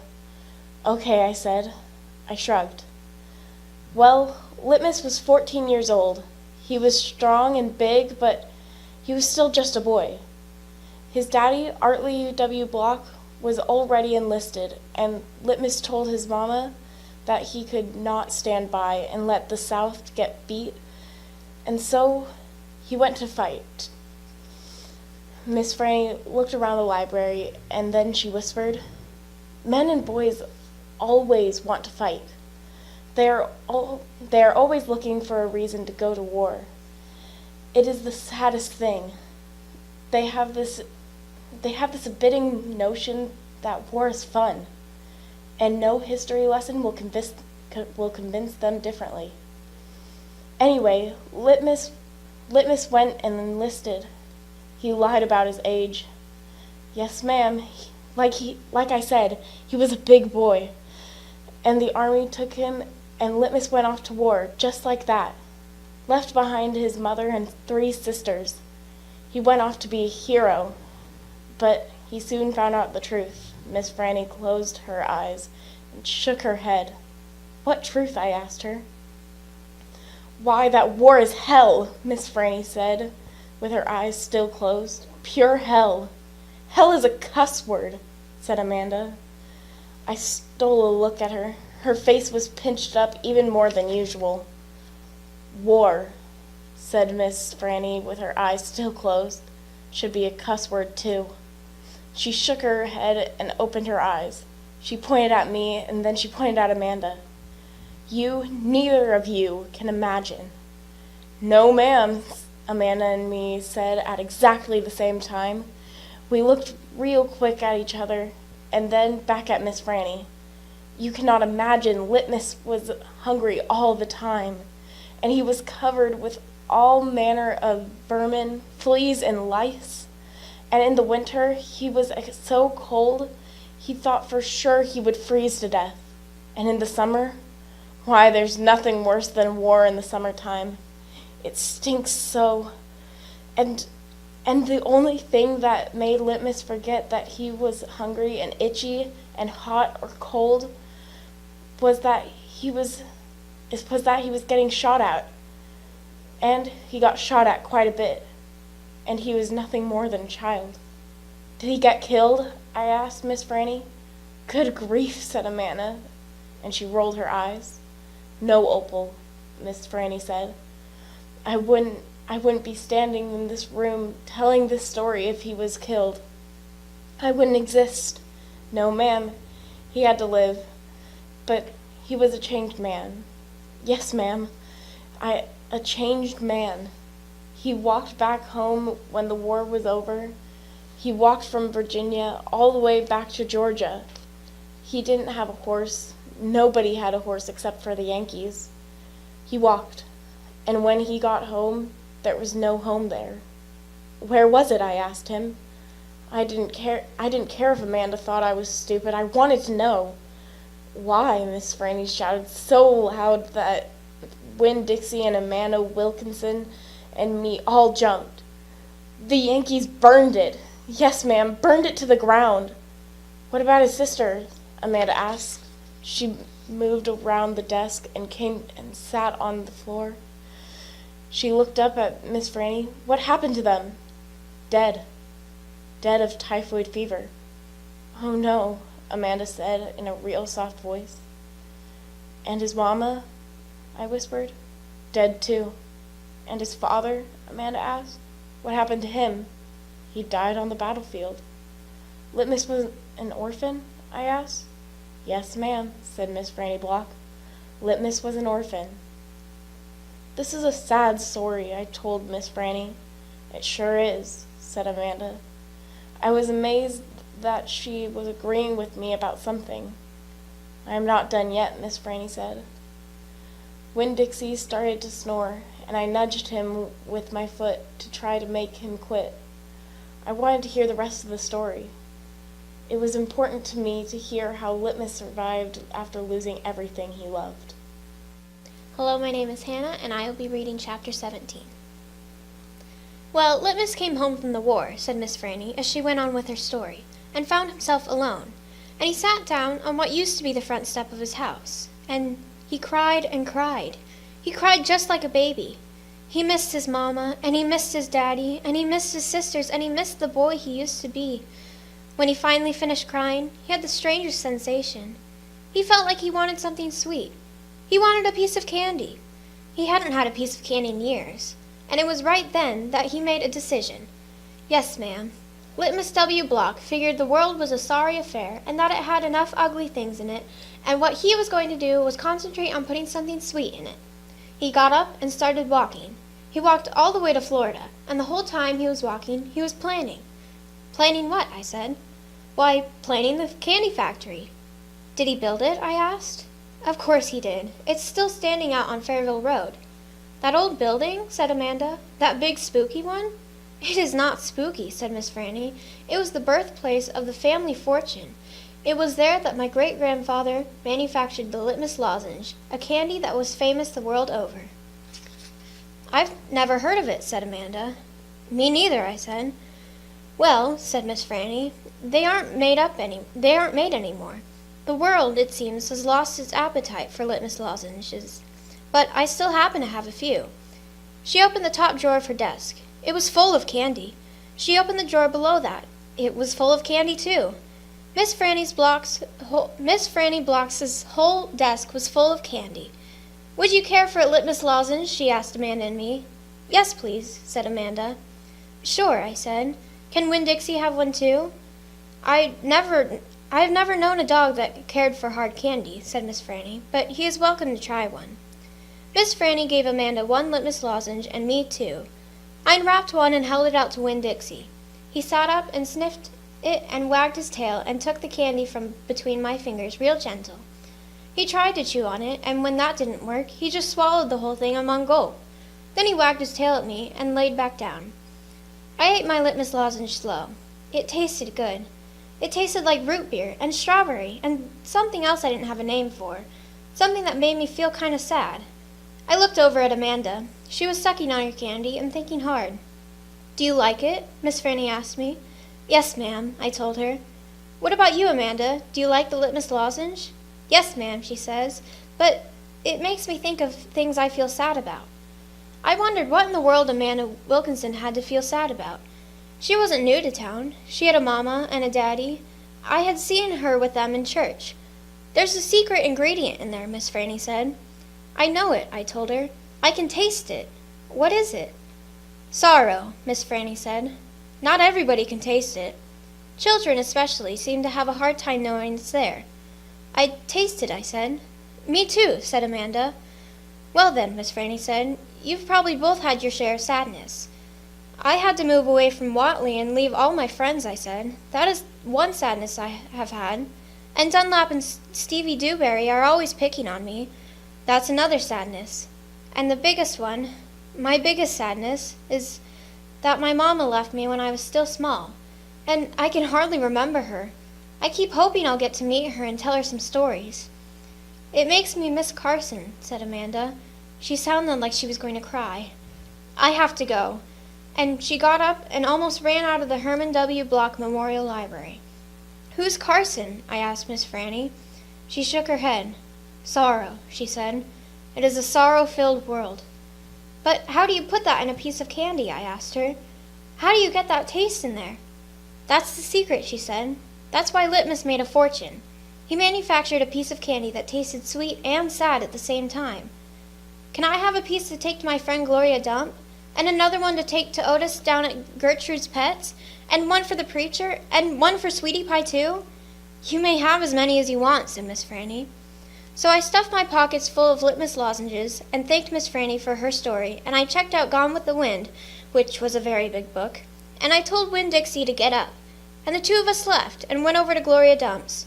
I rode right past the Dewberry's house.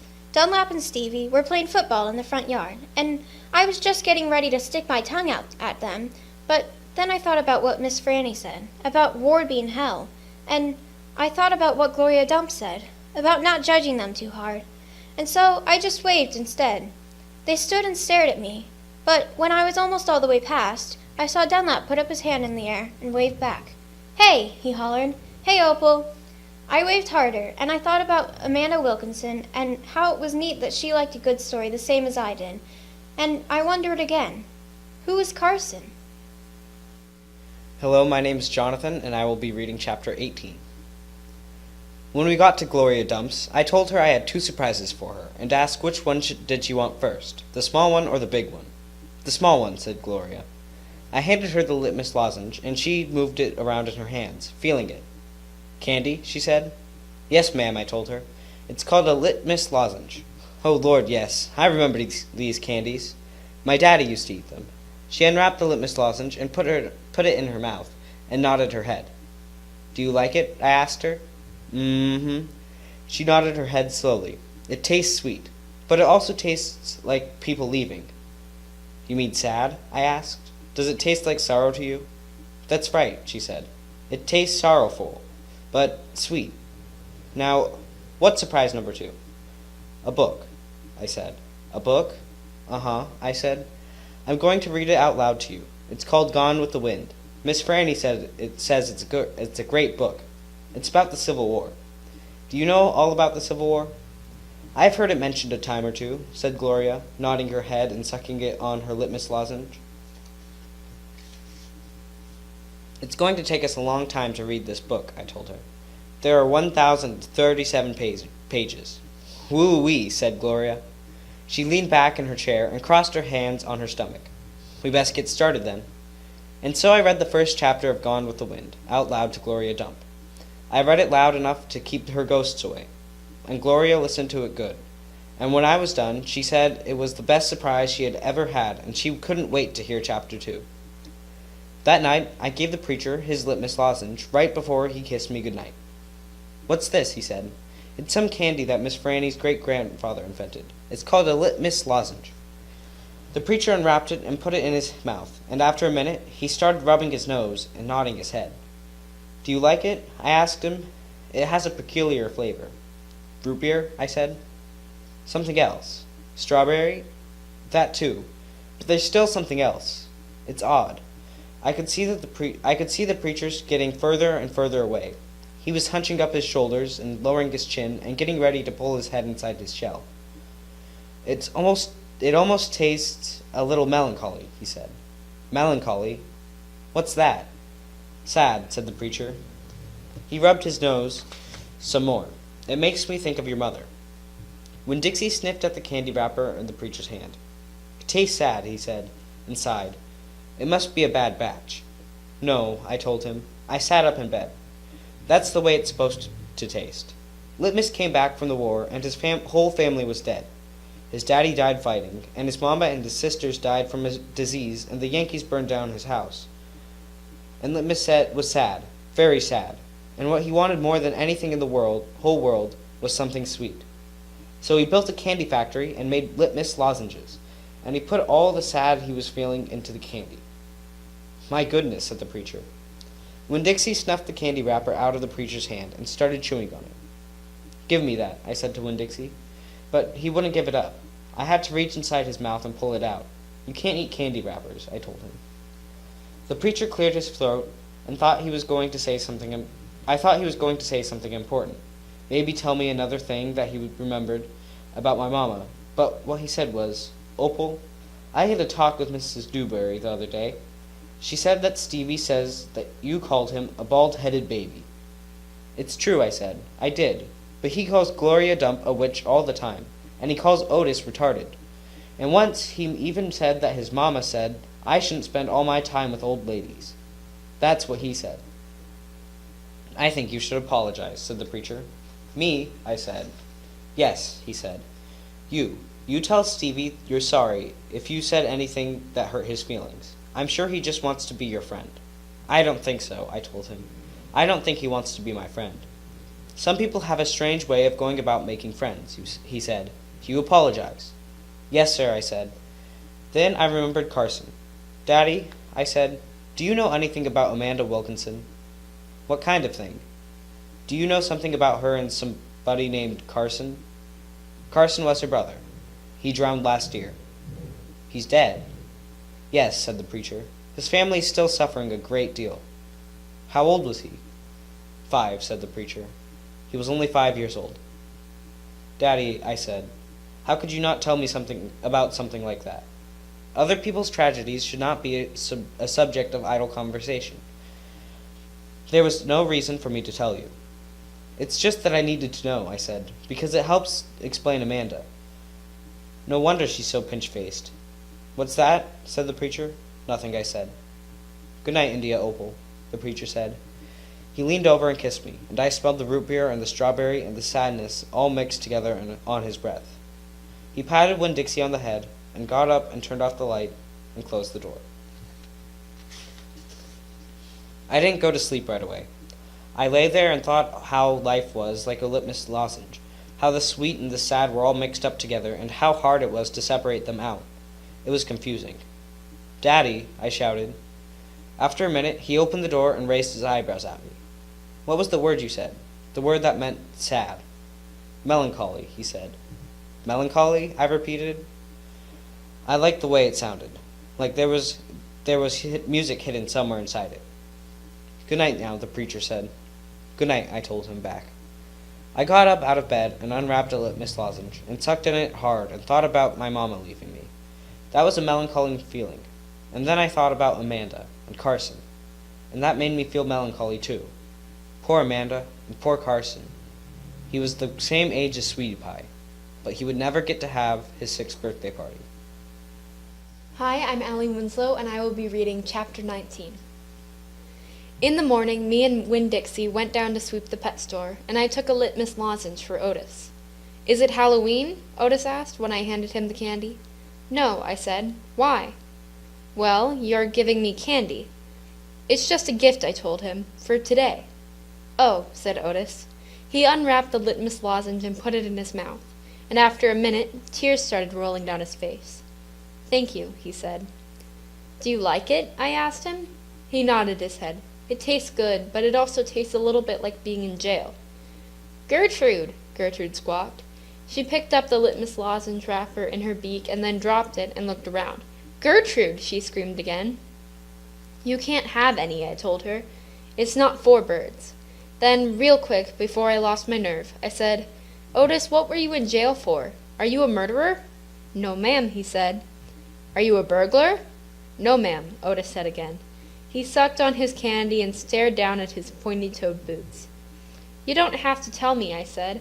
I was just wondering. I ain't a dangerous man, Otis said, if that's what you're thinking. I'm lonely, but I ain't dangerous.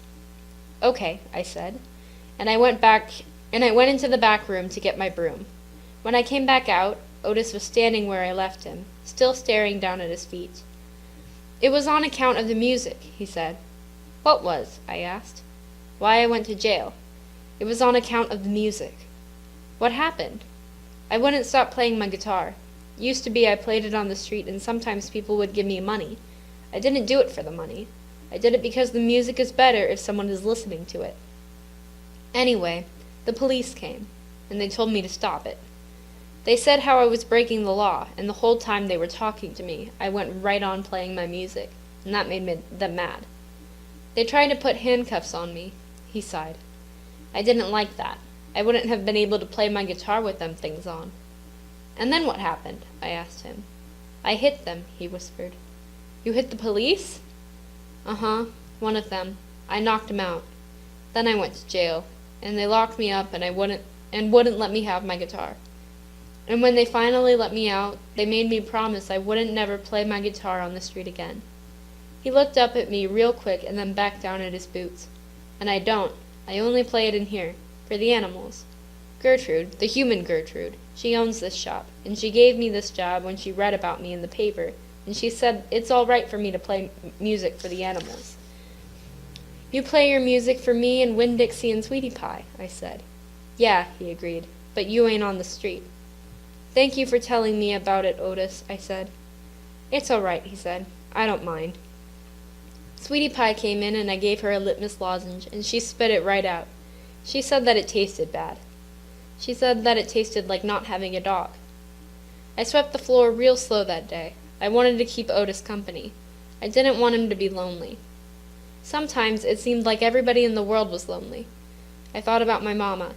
Thinking about her was the same as the hole you keep on feeling with your tongue after you lose a tooth.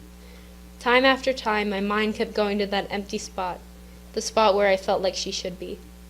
Hi, I'm Sadie, and I will be reading Chapter 20. When I told Gloria Dump about Otis and how he got arrested, she laughed so hard she had to grab hold of her false teeth so they wouldn't fall out of her mouth. "Hoo!" she said when she was finally done laughing. "That sure is some dangerous crime." "He's a lonely man," I told her. He just wants to play his music for somebody." Gloria wiped her eyes with the hem of her dress. "I know it, sugar," she said, "but sometimes things are so sad they just get to be funny." "You know what else?" I said, still thinking about sad things. "That girl I told you about, the pinched face one, Amanda, well, her brother drowned last year. He was only 5 years old, the same age as Sweetie Pie Thomas." Gloria stopped smiling. She nodded her head. "I remember hearing about that," she said. "I remember hearing about a little drowned boy. That's why Amanda is so pinch-faced," I said. "She misses her brother." "Most likely," Gloria agreed. "Do you think everybody misses somebody, like I miss my mama?" "Mm-hmm," said Gloria. She closed her eyes. "I believe sometimes that the whole world has an aching heart." I couldn't stand to think about sad things that couldn't be helped anymore. So I said, "Do you want to hear some more Gone with the Wind?" "Yes, indeed," Gloria said. "I've been looking forward to it all day. Let's see what Miss Scarlet is up to now." I opened up Gone with the Wind and started to read, but the whole time I was thinking about Otis, worrying about him, not being allowed to play with his guitar for people. In the book, Scarlet was looking forward to going to a big barbecue where there was going to be music and food. That's how I got the idea. "That's what we need to do," I said. I slammed the book shut. Winn-Dixie's head shot up from underneath Gloria's chair. He looked around all nervous-like. "Huh?" said Gloria Dump.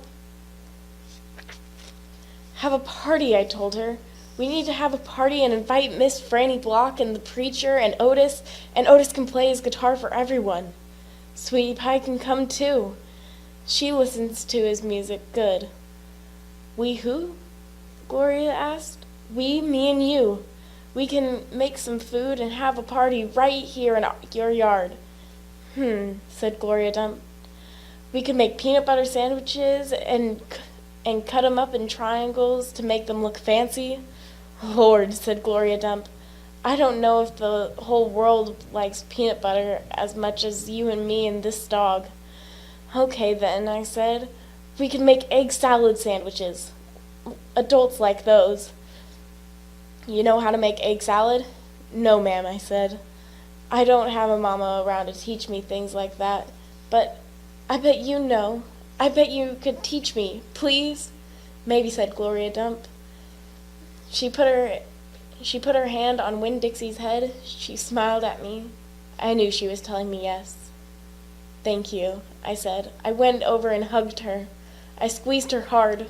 Winn-Dixie wagged his tail and tried to get in between the two of us. He couldn't stand being left out of anything. "It's going to be the best party ever," I told Gloria. "You gotta make me one promise, though," Gloria said. "Oh, right," I told her.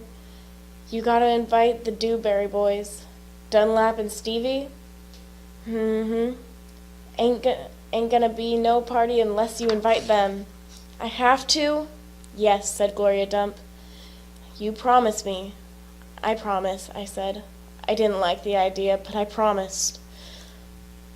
I started inviting people right away. I asked the preacher first. "Daddy," I said. "Opal," the preacher said back. "Daddy, me and Winn-Dixie and Gloria Dump are having a party." "Well," said the preacher, "that's nice. You have a good time." "Daddy," I said, I'm telling you because you're invited. Oh, said the preacher. He rubbed his nose. I see. Can you come? I asked him. He said, I don't see why not, he said. Miss Franny Block took to the idea right away. A party, she said, and clapped her hands together. Yes, ma'am, I told her. It will be kind of like a barbecue at 12 Oaks in Gone with the Wind, only it's going to be as many people, and it's not going to be as many people, and we're going to serve egg salad sandwiches instead of barbecue.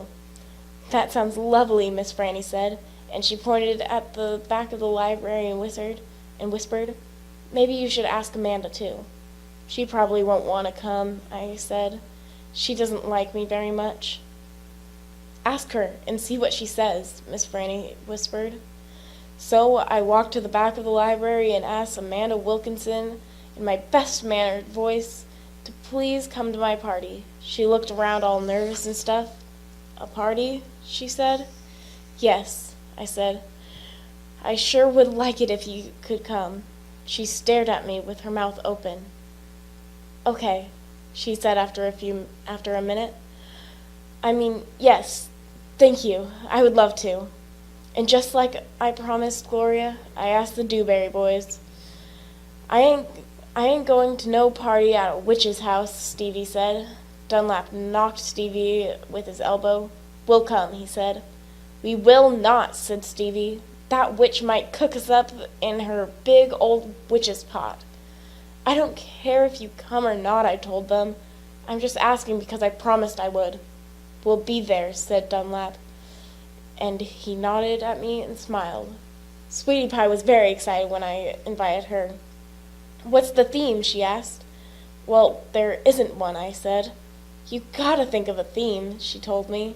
She stuck her knuckle in her mouth and then pulled it back out. It ain't a party without a theme. Is this dog coming?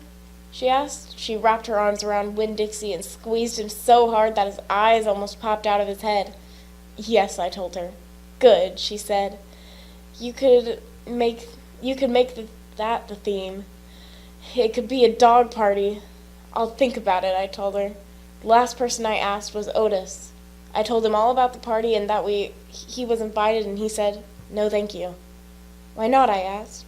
I don't like parties, said Otis. Please, I begged. It won't be a party unless you come. I'll give you a whole free week of sweeping and arranging and dusting if you come to the party. That's what I'll do. A whole week for free? Otis said, looking up at me. Yes, sir, I told him. But I don't have to talk to people, right? No, sir, I said. You don't. But bring your guitar. Maybe you could play us some of your music. Maybe, said Otis. He looked down at his boots again real quick, trying to hide his smile. Thank you, I told him. Thank you for deciding to come. Hello, my name is Hannah, and I will be reading chapter 21. After I got Otis convinced to come, the rest of getting ready for the party was easy and fun. Me and Gloria decided to have the party at night, when it would be cooler. And the afternoon before, we worked in Gloria's kitchen and made egg salad sandwiches. We cut them up in triangles and cut off the crusts, and put little toothpicks with frilly tops in them. Winn-Dixie sat in the kitchen and looked at us the whole time. He kept on wagging his tail. That dog thinks we's making these egg sandwiches for him, said Gloria Dump. Winn-Dixie showed Gloria all his teeth. These ain't for you, she told him. But when she thought I wasn't looking, she gave Winn-Dixie an egg salad sandwich, without the toothpick. We also made punch. We mixed together orange juice and grapefruit juice and soda in a big bowl. Gloria called it dump punch, but she said she was world famous for it, but I had never heard of it before. The last thing we did was decorate the yard all up. I strung pink and orange and yellow crepe paper in the trees to make it look fancy. We also filled up paper bags with sand and put candles in them, and right before it was time for the party to start, I went around and lit all the candles. It turned Gloria Dump's yard into a fairyland. Mm-hmm, said Gloria Dump, looking around. Even somebody with bad eyes can tell it looks good.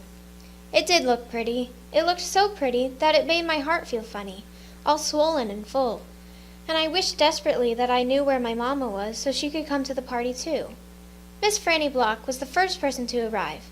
She was wearing a pretty green dress that was all shiny and shimmery, and she had on high-heeled shoes that made her wobble back and forth when she walked. Even when she was standing still, she still kind of swayed, like she was standing on a boat.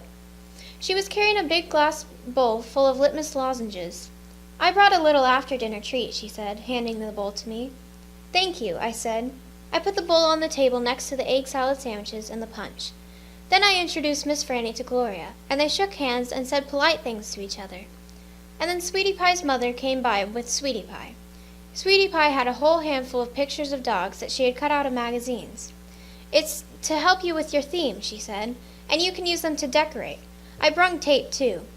And she started going around taping the pictures of the dogs to the trees and the chairs and the table.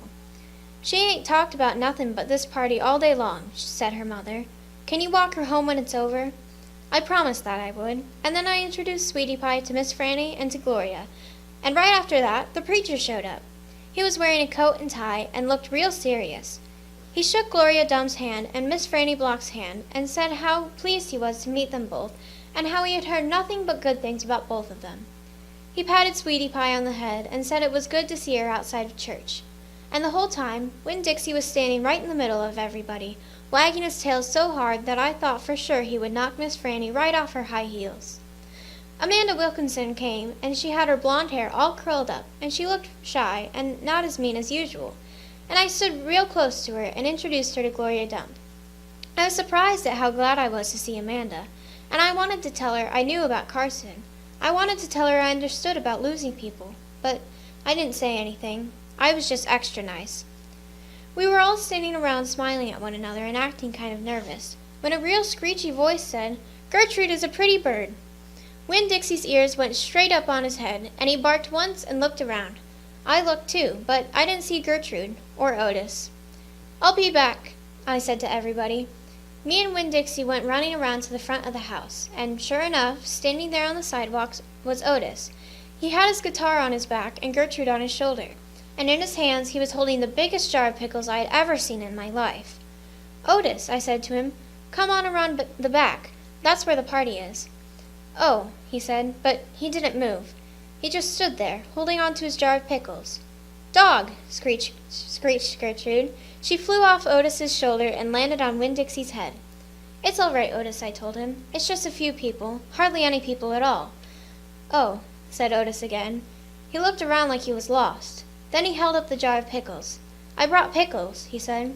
"I saw them," I said. "It's just exactly what we needed. They'll go perfect with the egg salad sandwiches." I talked to him real soft and gentle and low, like he was a wild animal that I was trying to get to take food out of my hand. He took one tiny step forward. "Come on," I whispered, and started walking, and Winn-Dixie followed me. And when I turned around, I saw Otis was following me too. Hello, my name is Jonathan, and I will be reading chapter 22. Otis followed me all the way into the backyard, where the party was. Before he could run away, I introduced him to the preacher. "Daddy," I said, "this is Otis. He's the one who runs Gertrude's Pets. He's the one who plays the guitar so good." "How do you do?" said the preacher. He stuck his hand out to Otis, and Otis stood there and shuffled his big jar of pickles back and forth, trying to free up a hand to offer back to the preacher. Finally, he ended up bending over and setting the jar down on the ground. But when he did that, his guitar slid forward and hit him in the head with a little boing sound. Sweetie Pie laughed and pointed at him like he was doing the whole thing on purpose just to amuse her. "Ouch," said Otis.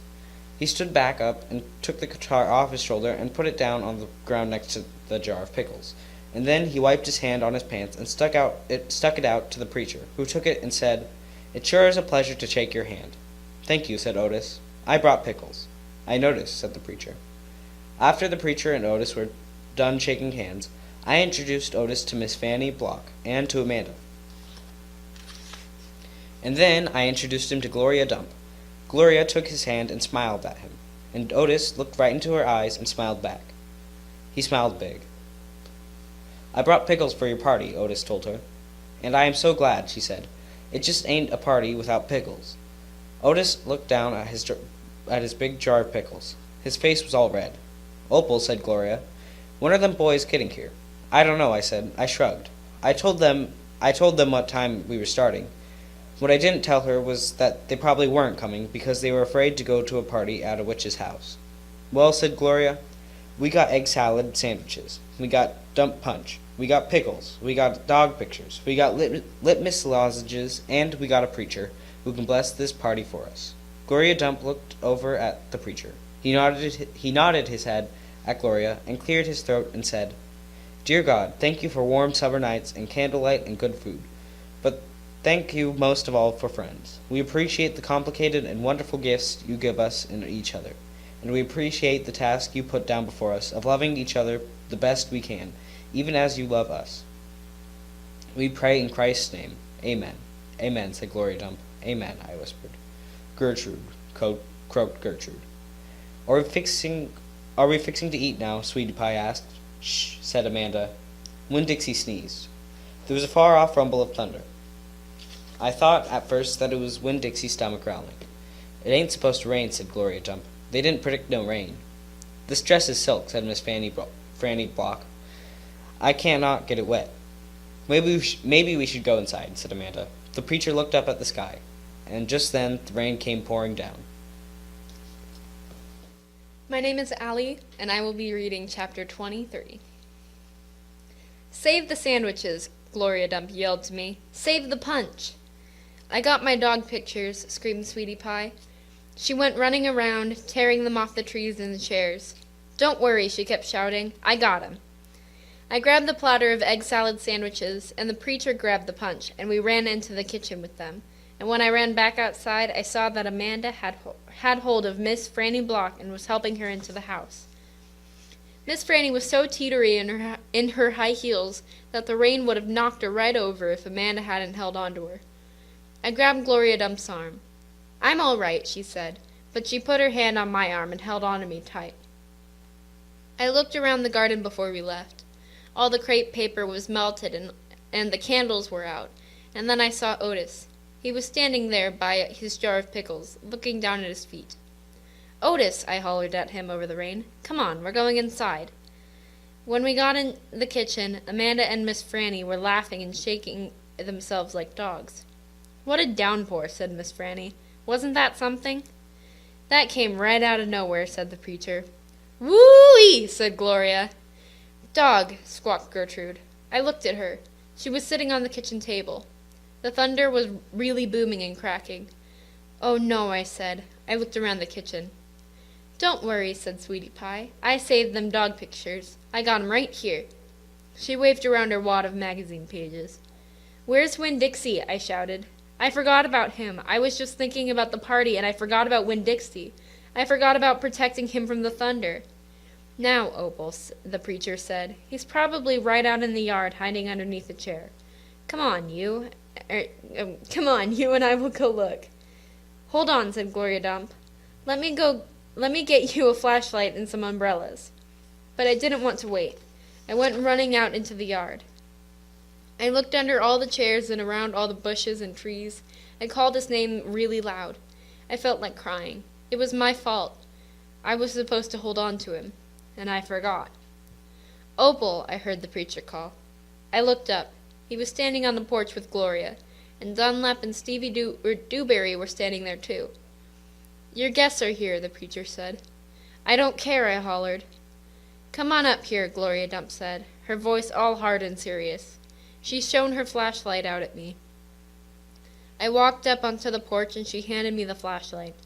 Tell these boys, hey, she said, tell them you are glad they came and that you will be right back just as soon as you find your dog. Hey, I said, thank you for coming. I just got to find Winn-Dixie and then I'll be right back. Stevie stared at me with his mouth wide open.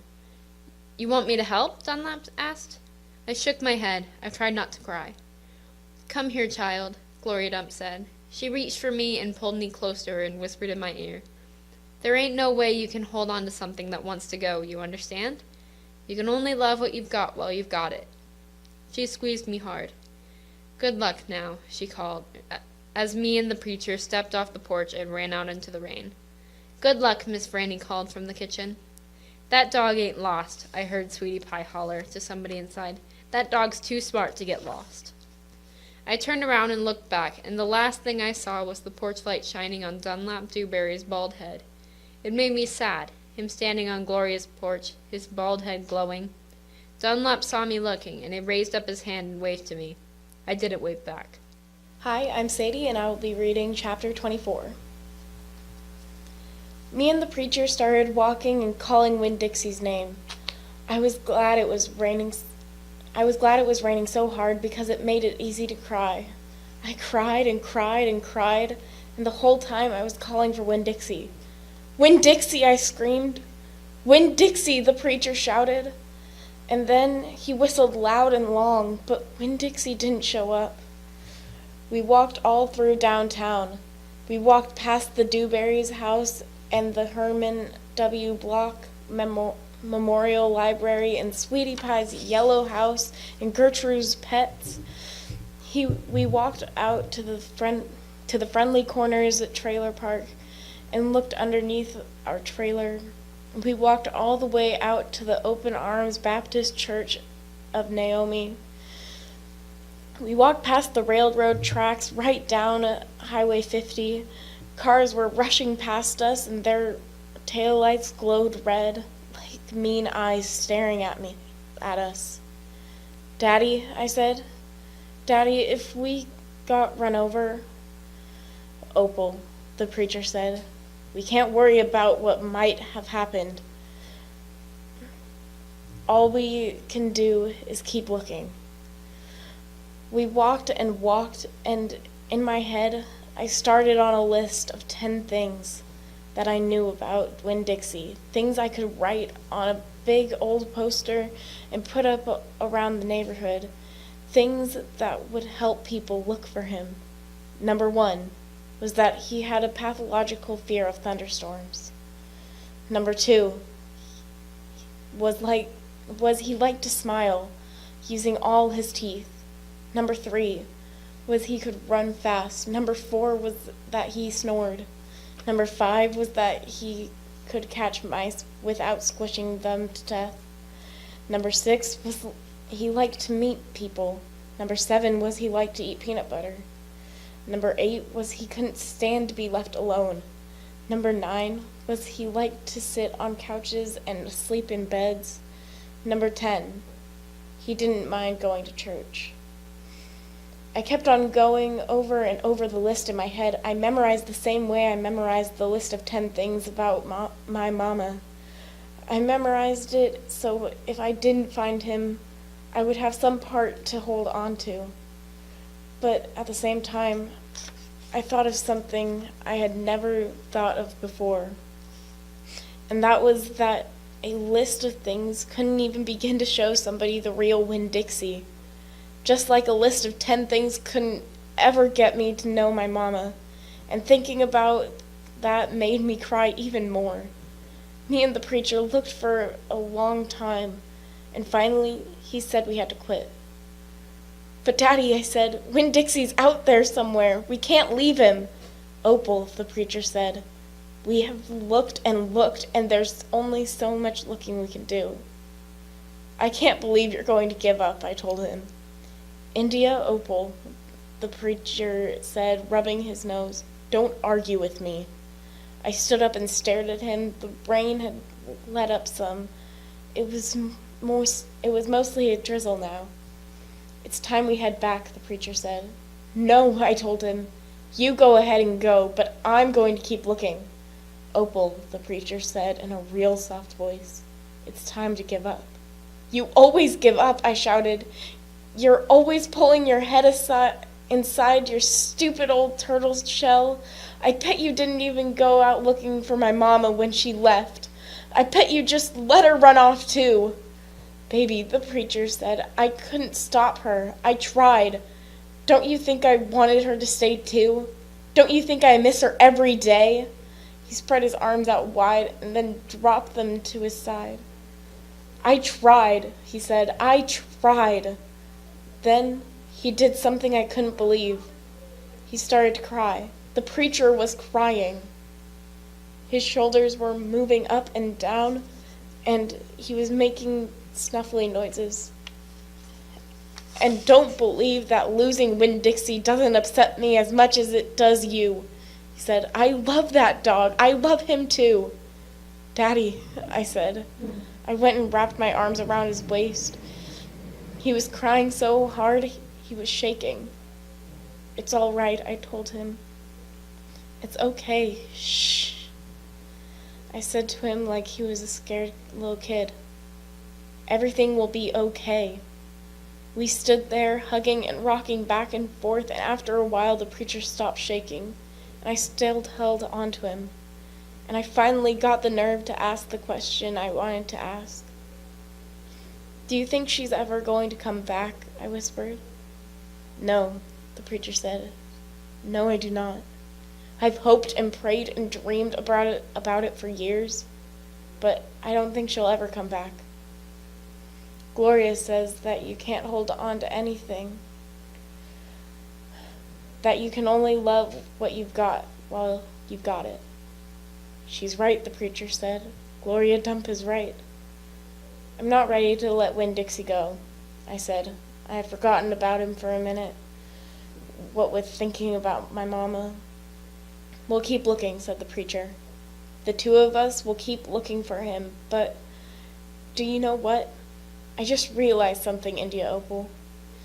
When I told you your mama took everything with her, I forgot one thing, one very important thing that she left behind. What? I asked. You, he said. Thank God your mama left you. And he hugged me tighter. I'm glad I've got you too, I told him. And I mean it. And I meant it. I took hold of his hand and we started walking down into town, calling and whistling for Winn-Dixie the whole way. Hello, my name is Hannah, and I will be reading chapter 25. We heard the music before we even got to Gloria Dump's house. We heard it almost a block away. It was guitar playing and singing and clapping. I wonder what's going on, my father said. We walked up Gloria's sidewalk and around back, through her yard and into her kitchen. What we saw was Otis playing his guitar, and Miss Franny and Gloria sitting there smiling and singing, and Gloria holding Sweetie Pie in her lap. Amanda and Dunlap and Stevie were sitting on the kitchen floor, clapping along and having the best possible time. Even Amanda was smiling. I couldn't believe they were so happy when Winn-Dixie was missing. We didn't find him, I shouted at them. The music stopped, and Gloria Dump looked at me and said, Child, we know you didn't find him. You didn't find him because he was right here all along. She took her cane and poked at something under her chair. Come on out of there, she said. There was a snuffle and a sigh. He's asleep, she said. He's plumb wore out. She poked around with her cane again, and Winn-Dixie stood up from underneath her chair and yawned. Winn-Dixie, I hollered. Dog, Gertrude squawked. Winn-Dixie wagged his tail and showed me all his teeth and sneezed. I went pushing past everybody. I dropped to the floor and wrapped my arms around him. Where have you been? I asked him. He yawned again. How did you find him? I asked. Now there's a story, said Miss Franny. Gloria, why don't you tell it? Well, said Gloria Dump, we was all just sitting around waiting on you two, and after I convinced these Dewberry boys that I ain't no scary witch full of spells and potions. She ain't no witch, Stevie said. He shook his bald head. He looked kind of disappointed. Nah, said Dunlap, she ain't. If she was, she would have turned us into toads by now. He grinned. I could have told you that she wasn't a witch. Witches don't exist, said Amanda. They're just myths. All right now, said Gloria. What happened was we got through all them witchy things, and then Franny said, why don't we have a little music while we wait for you two to get back? And so Otis played his guitar, and woo-wee, there ain't a song he don't know. And if he don't know it, he can pick it up right quick if you hum it to him. He has a gift. Gloria stopped and smiled over at Otis, and he smiled back. He looked all lit up from the inside. Tell what happened, Sweetie Pie said. Tell about the dog. So, said Gloria, Franny and me, we started thinking about all these songs we knew from when we was girls. We got Otis to play them, and we started singing them, teaching the words to these children. And then somebody sneezed, Sweetie Pie shouted. That's right, said Gloria. Somebody sneezed, and it wasn't none of us. So we looked around, wondering who did, thinking that maybe we got us a burglar in the house. We looked around and we didn't see nothing, so we started into singing again. And sure enough, there was another big achoo. It sounded like it was coming from my bedroom. So I sent Otis in there. I said, "Otis, go on in there and see who is sneezing." So Otis went. And do you know what he found? I shook my head. "Winn-Dixie!" shouted Sweetie Pie. "That dog of yours was hid all underneath my bed, squeezed under there like the world was about to end. But he was smiling like a fool every time he heard Otis play the guitar, smiling so hard he sneezed." My daddy laughed. "It is true," Miss Franny said. "It's the truth," said Stevie. Dunlap nodded and smiled right at me. "So," Gloria Dump said, "Otis played his guitar right to the dog, and a little bit at the time, Winn-Dixie came creeping out from underneath the bed." "He was covered in dust," said Amanda. "He looked like a ghost," said Dunlap. "Yeah," said Sweetie Pie, "just like a ghost." "Mm-hmm," said Gloria. "Looked just like a ghost." Anyway, the storm stopped after a while, and your dog settled in under my chair and fell asleep, and that's where he's been ever since, just waiting on you to come back and find him. "Winn-Dixie," I said. I hugged him so tight he wheezed. "We were out there whistling and calling for you, and you were right here all along." "Thank you," I said to everybody. "Well," said Gloria Dump, "we didn't do nothing. We just sat here and waited and sang some songs. We all got to be good friends. Now, the punch ain't nothing but water, and the egg salad sandwiches got tore up by the rain. You got to eat them with a spoon if you want egg salad. But we got pickles to eat, and lipmus longes, and we still got a party going on." My daddy pulled out a kitchen chair and sat down. "Otis," he said, "do you know any hymns?" "I know some," said Otis. "You hum it," said Miss Franny, nodding her head, "and he can play it." So my daddy started humming something, and Otis started picking it out on his guitar, and Winn-Dixie wagged his tail and lay back down underneath Gloria's chair. I looked around the room at all the different faces, and I felt my heart swell up inside me with pure happiness. "I'll be back in a minute," I said. But they were all singing now and laughing, and Winn-Dixie was snoring, so no one heard me. All right, my name is Julie, and I will be reading chapter 26, the last chapter.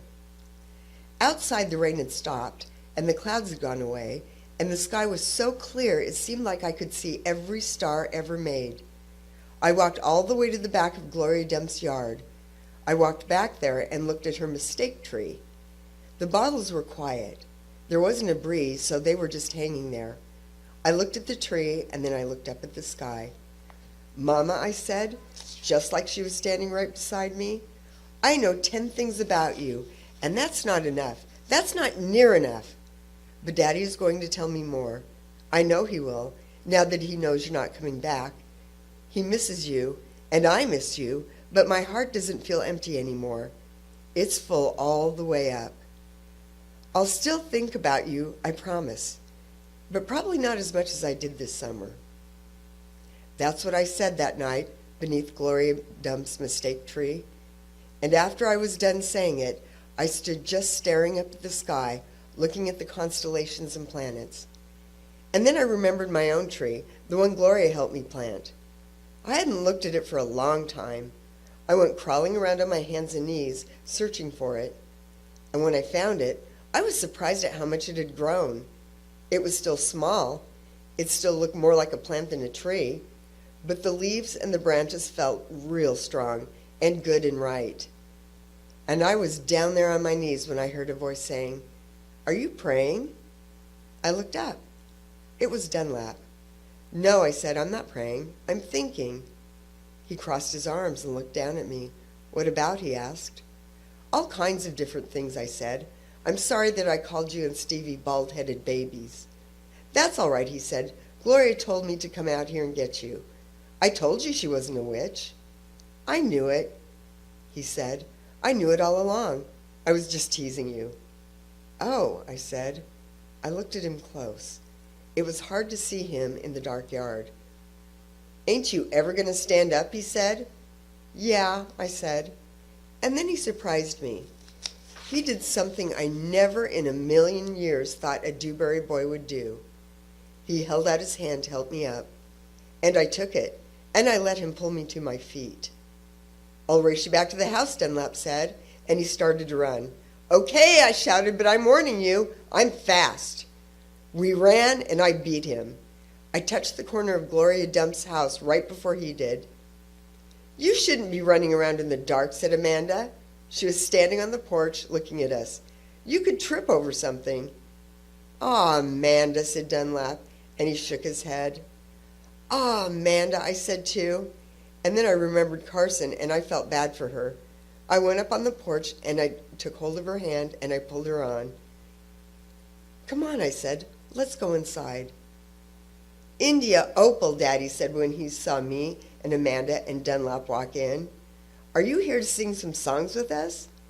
Yes, sir, I said, only I don't know that many songs. We'll teach you, he said. He smiled at me real big.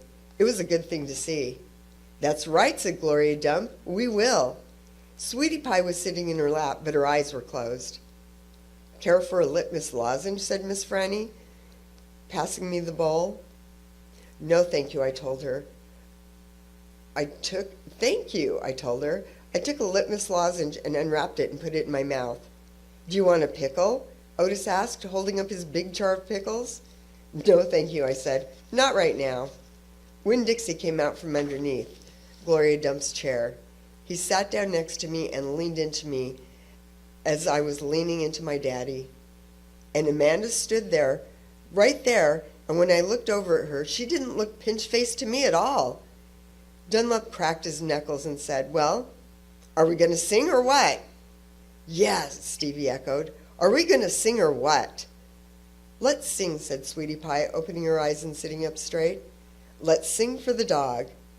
Otis laughed and strummed his guitar, and the flavor of the litmus lozenge opened up in my mouth like a flower blooming all sweet and sad. And then Otis and Gloria and Stevie and Miss Franny and Dunlap and Amanda and Sweetie Pie and my daddy all started to sing a song. And I listened carefully so I could learn it right.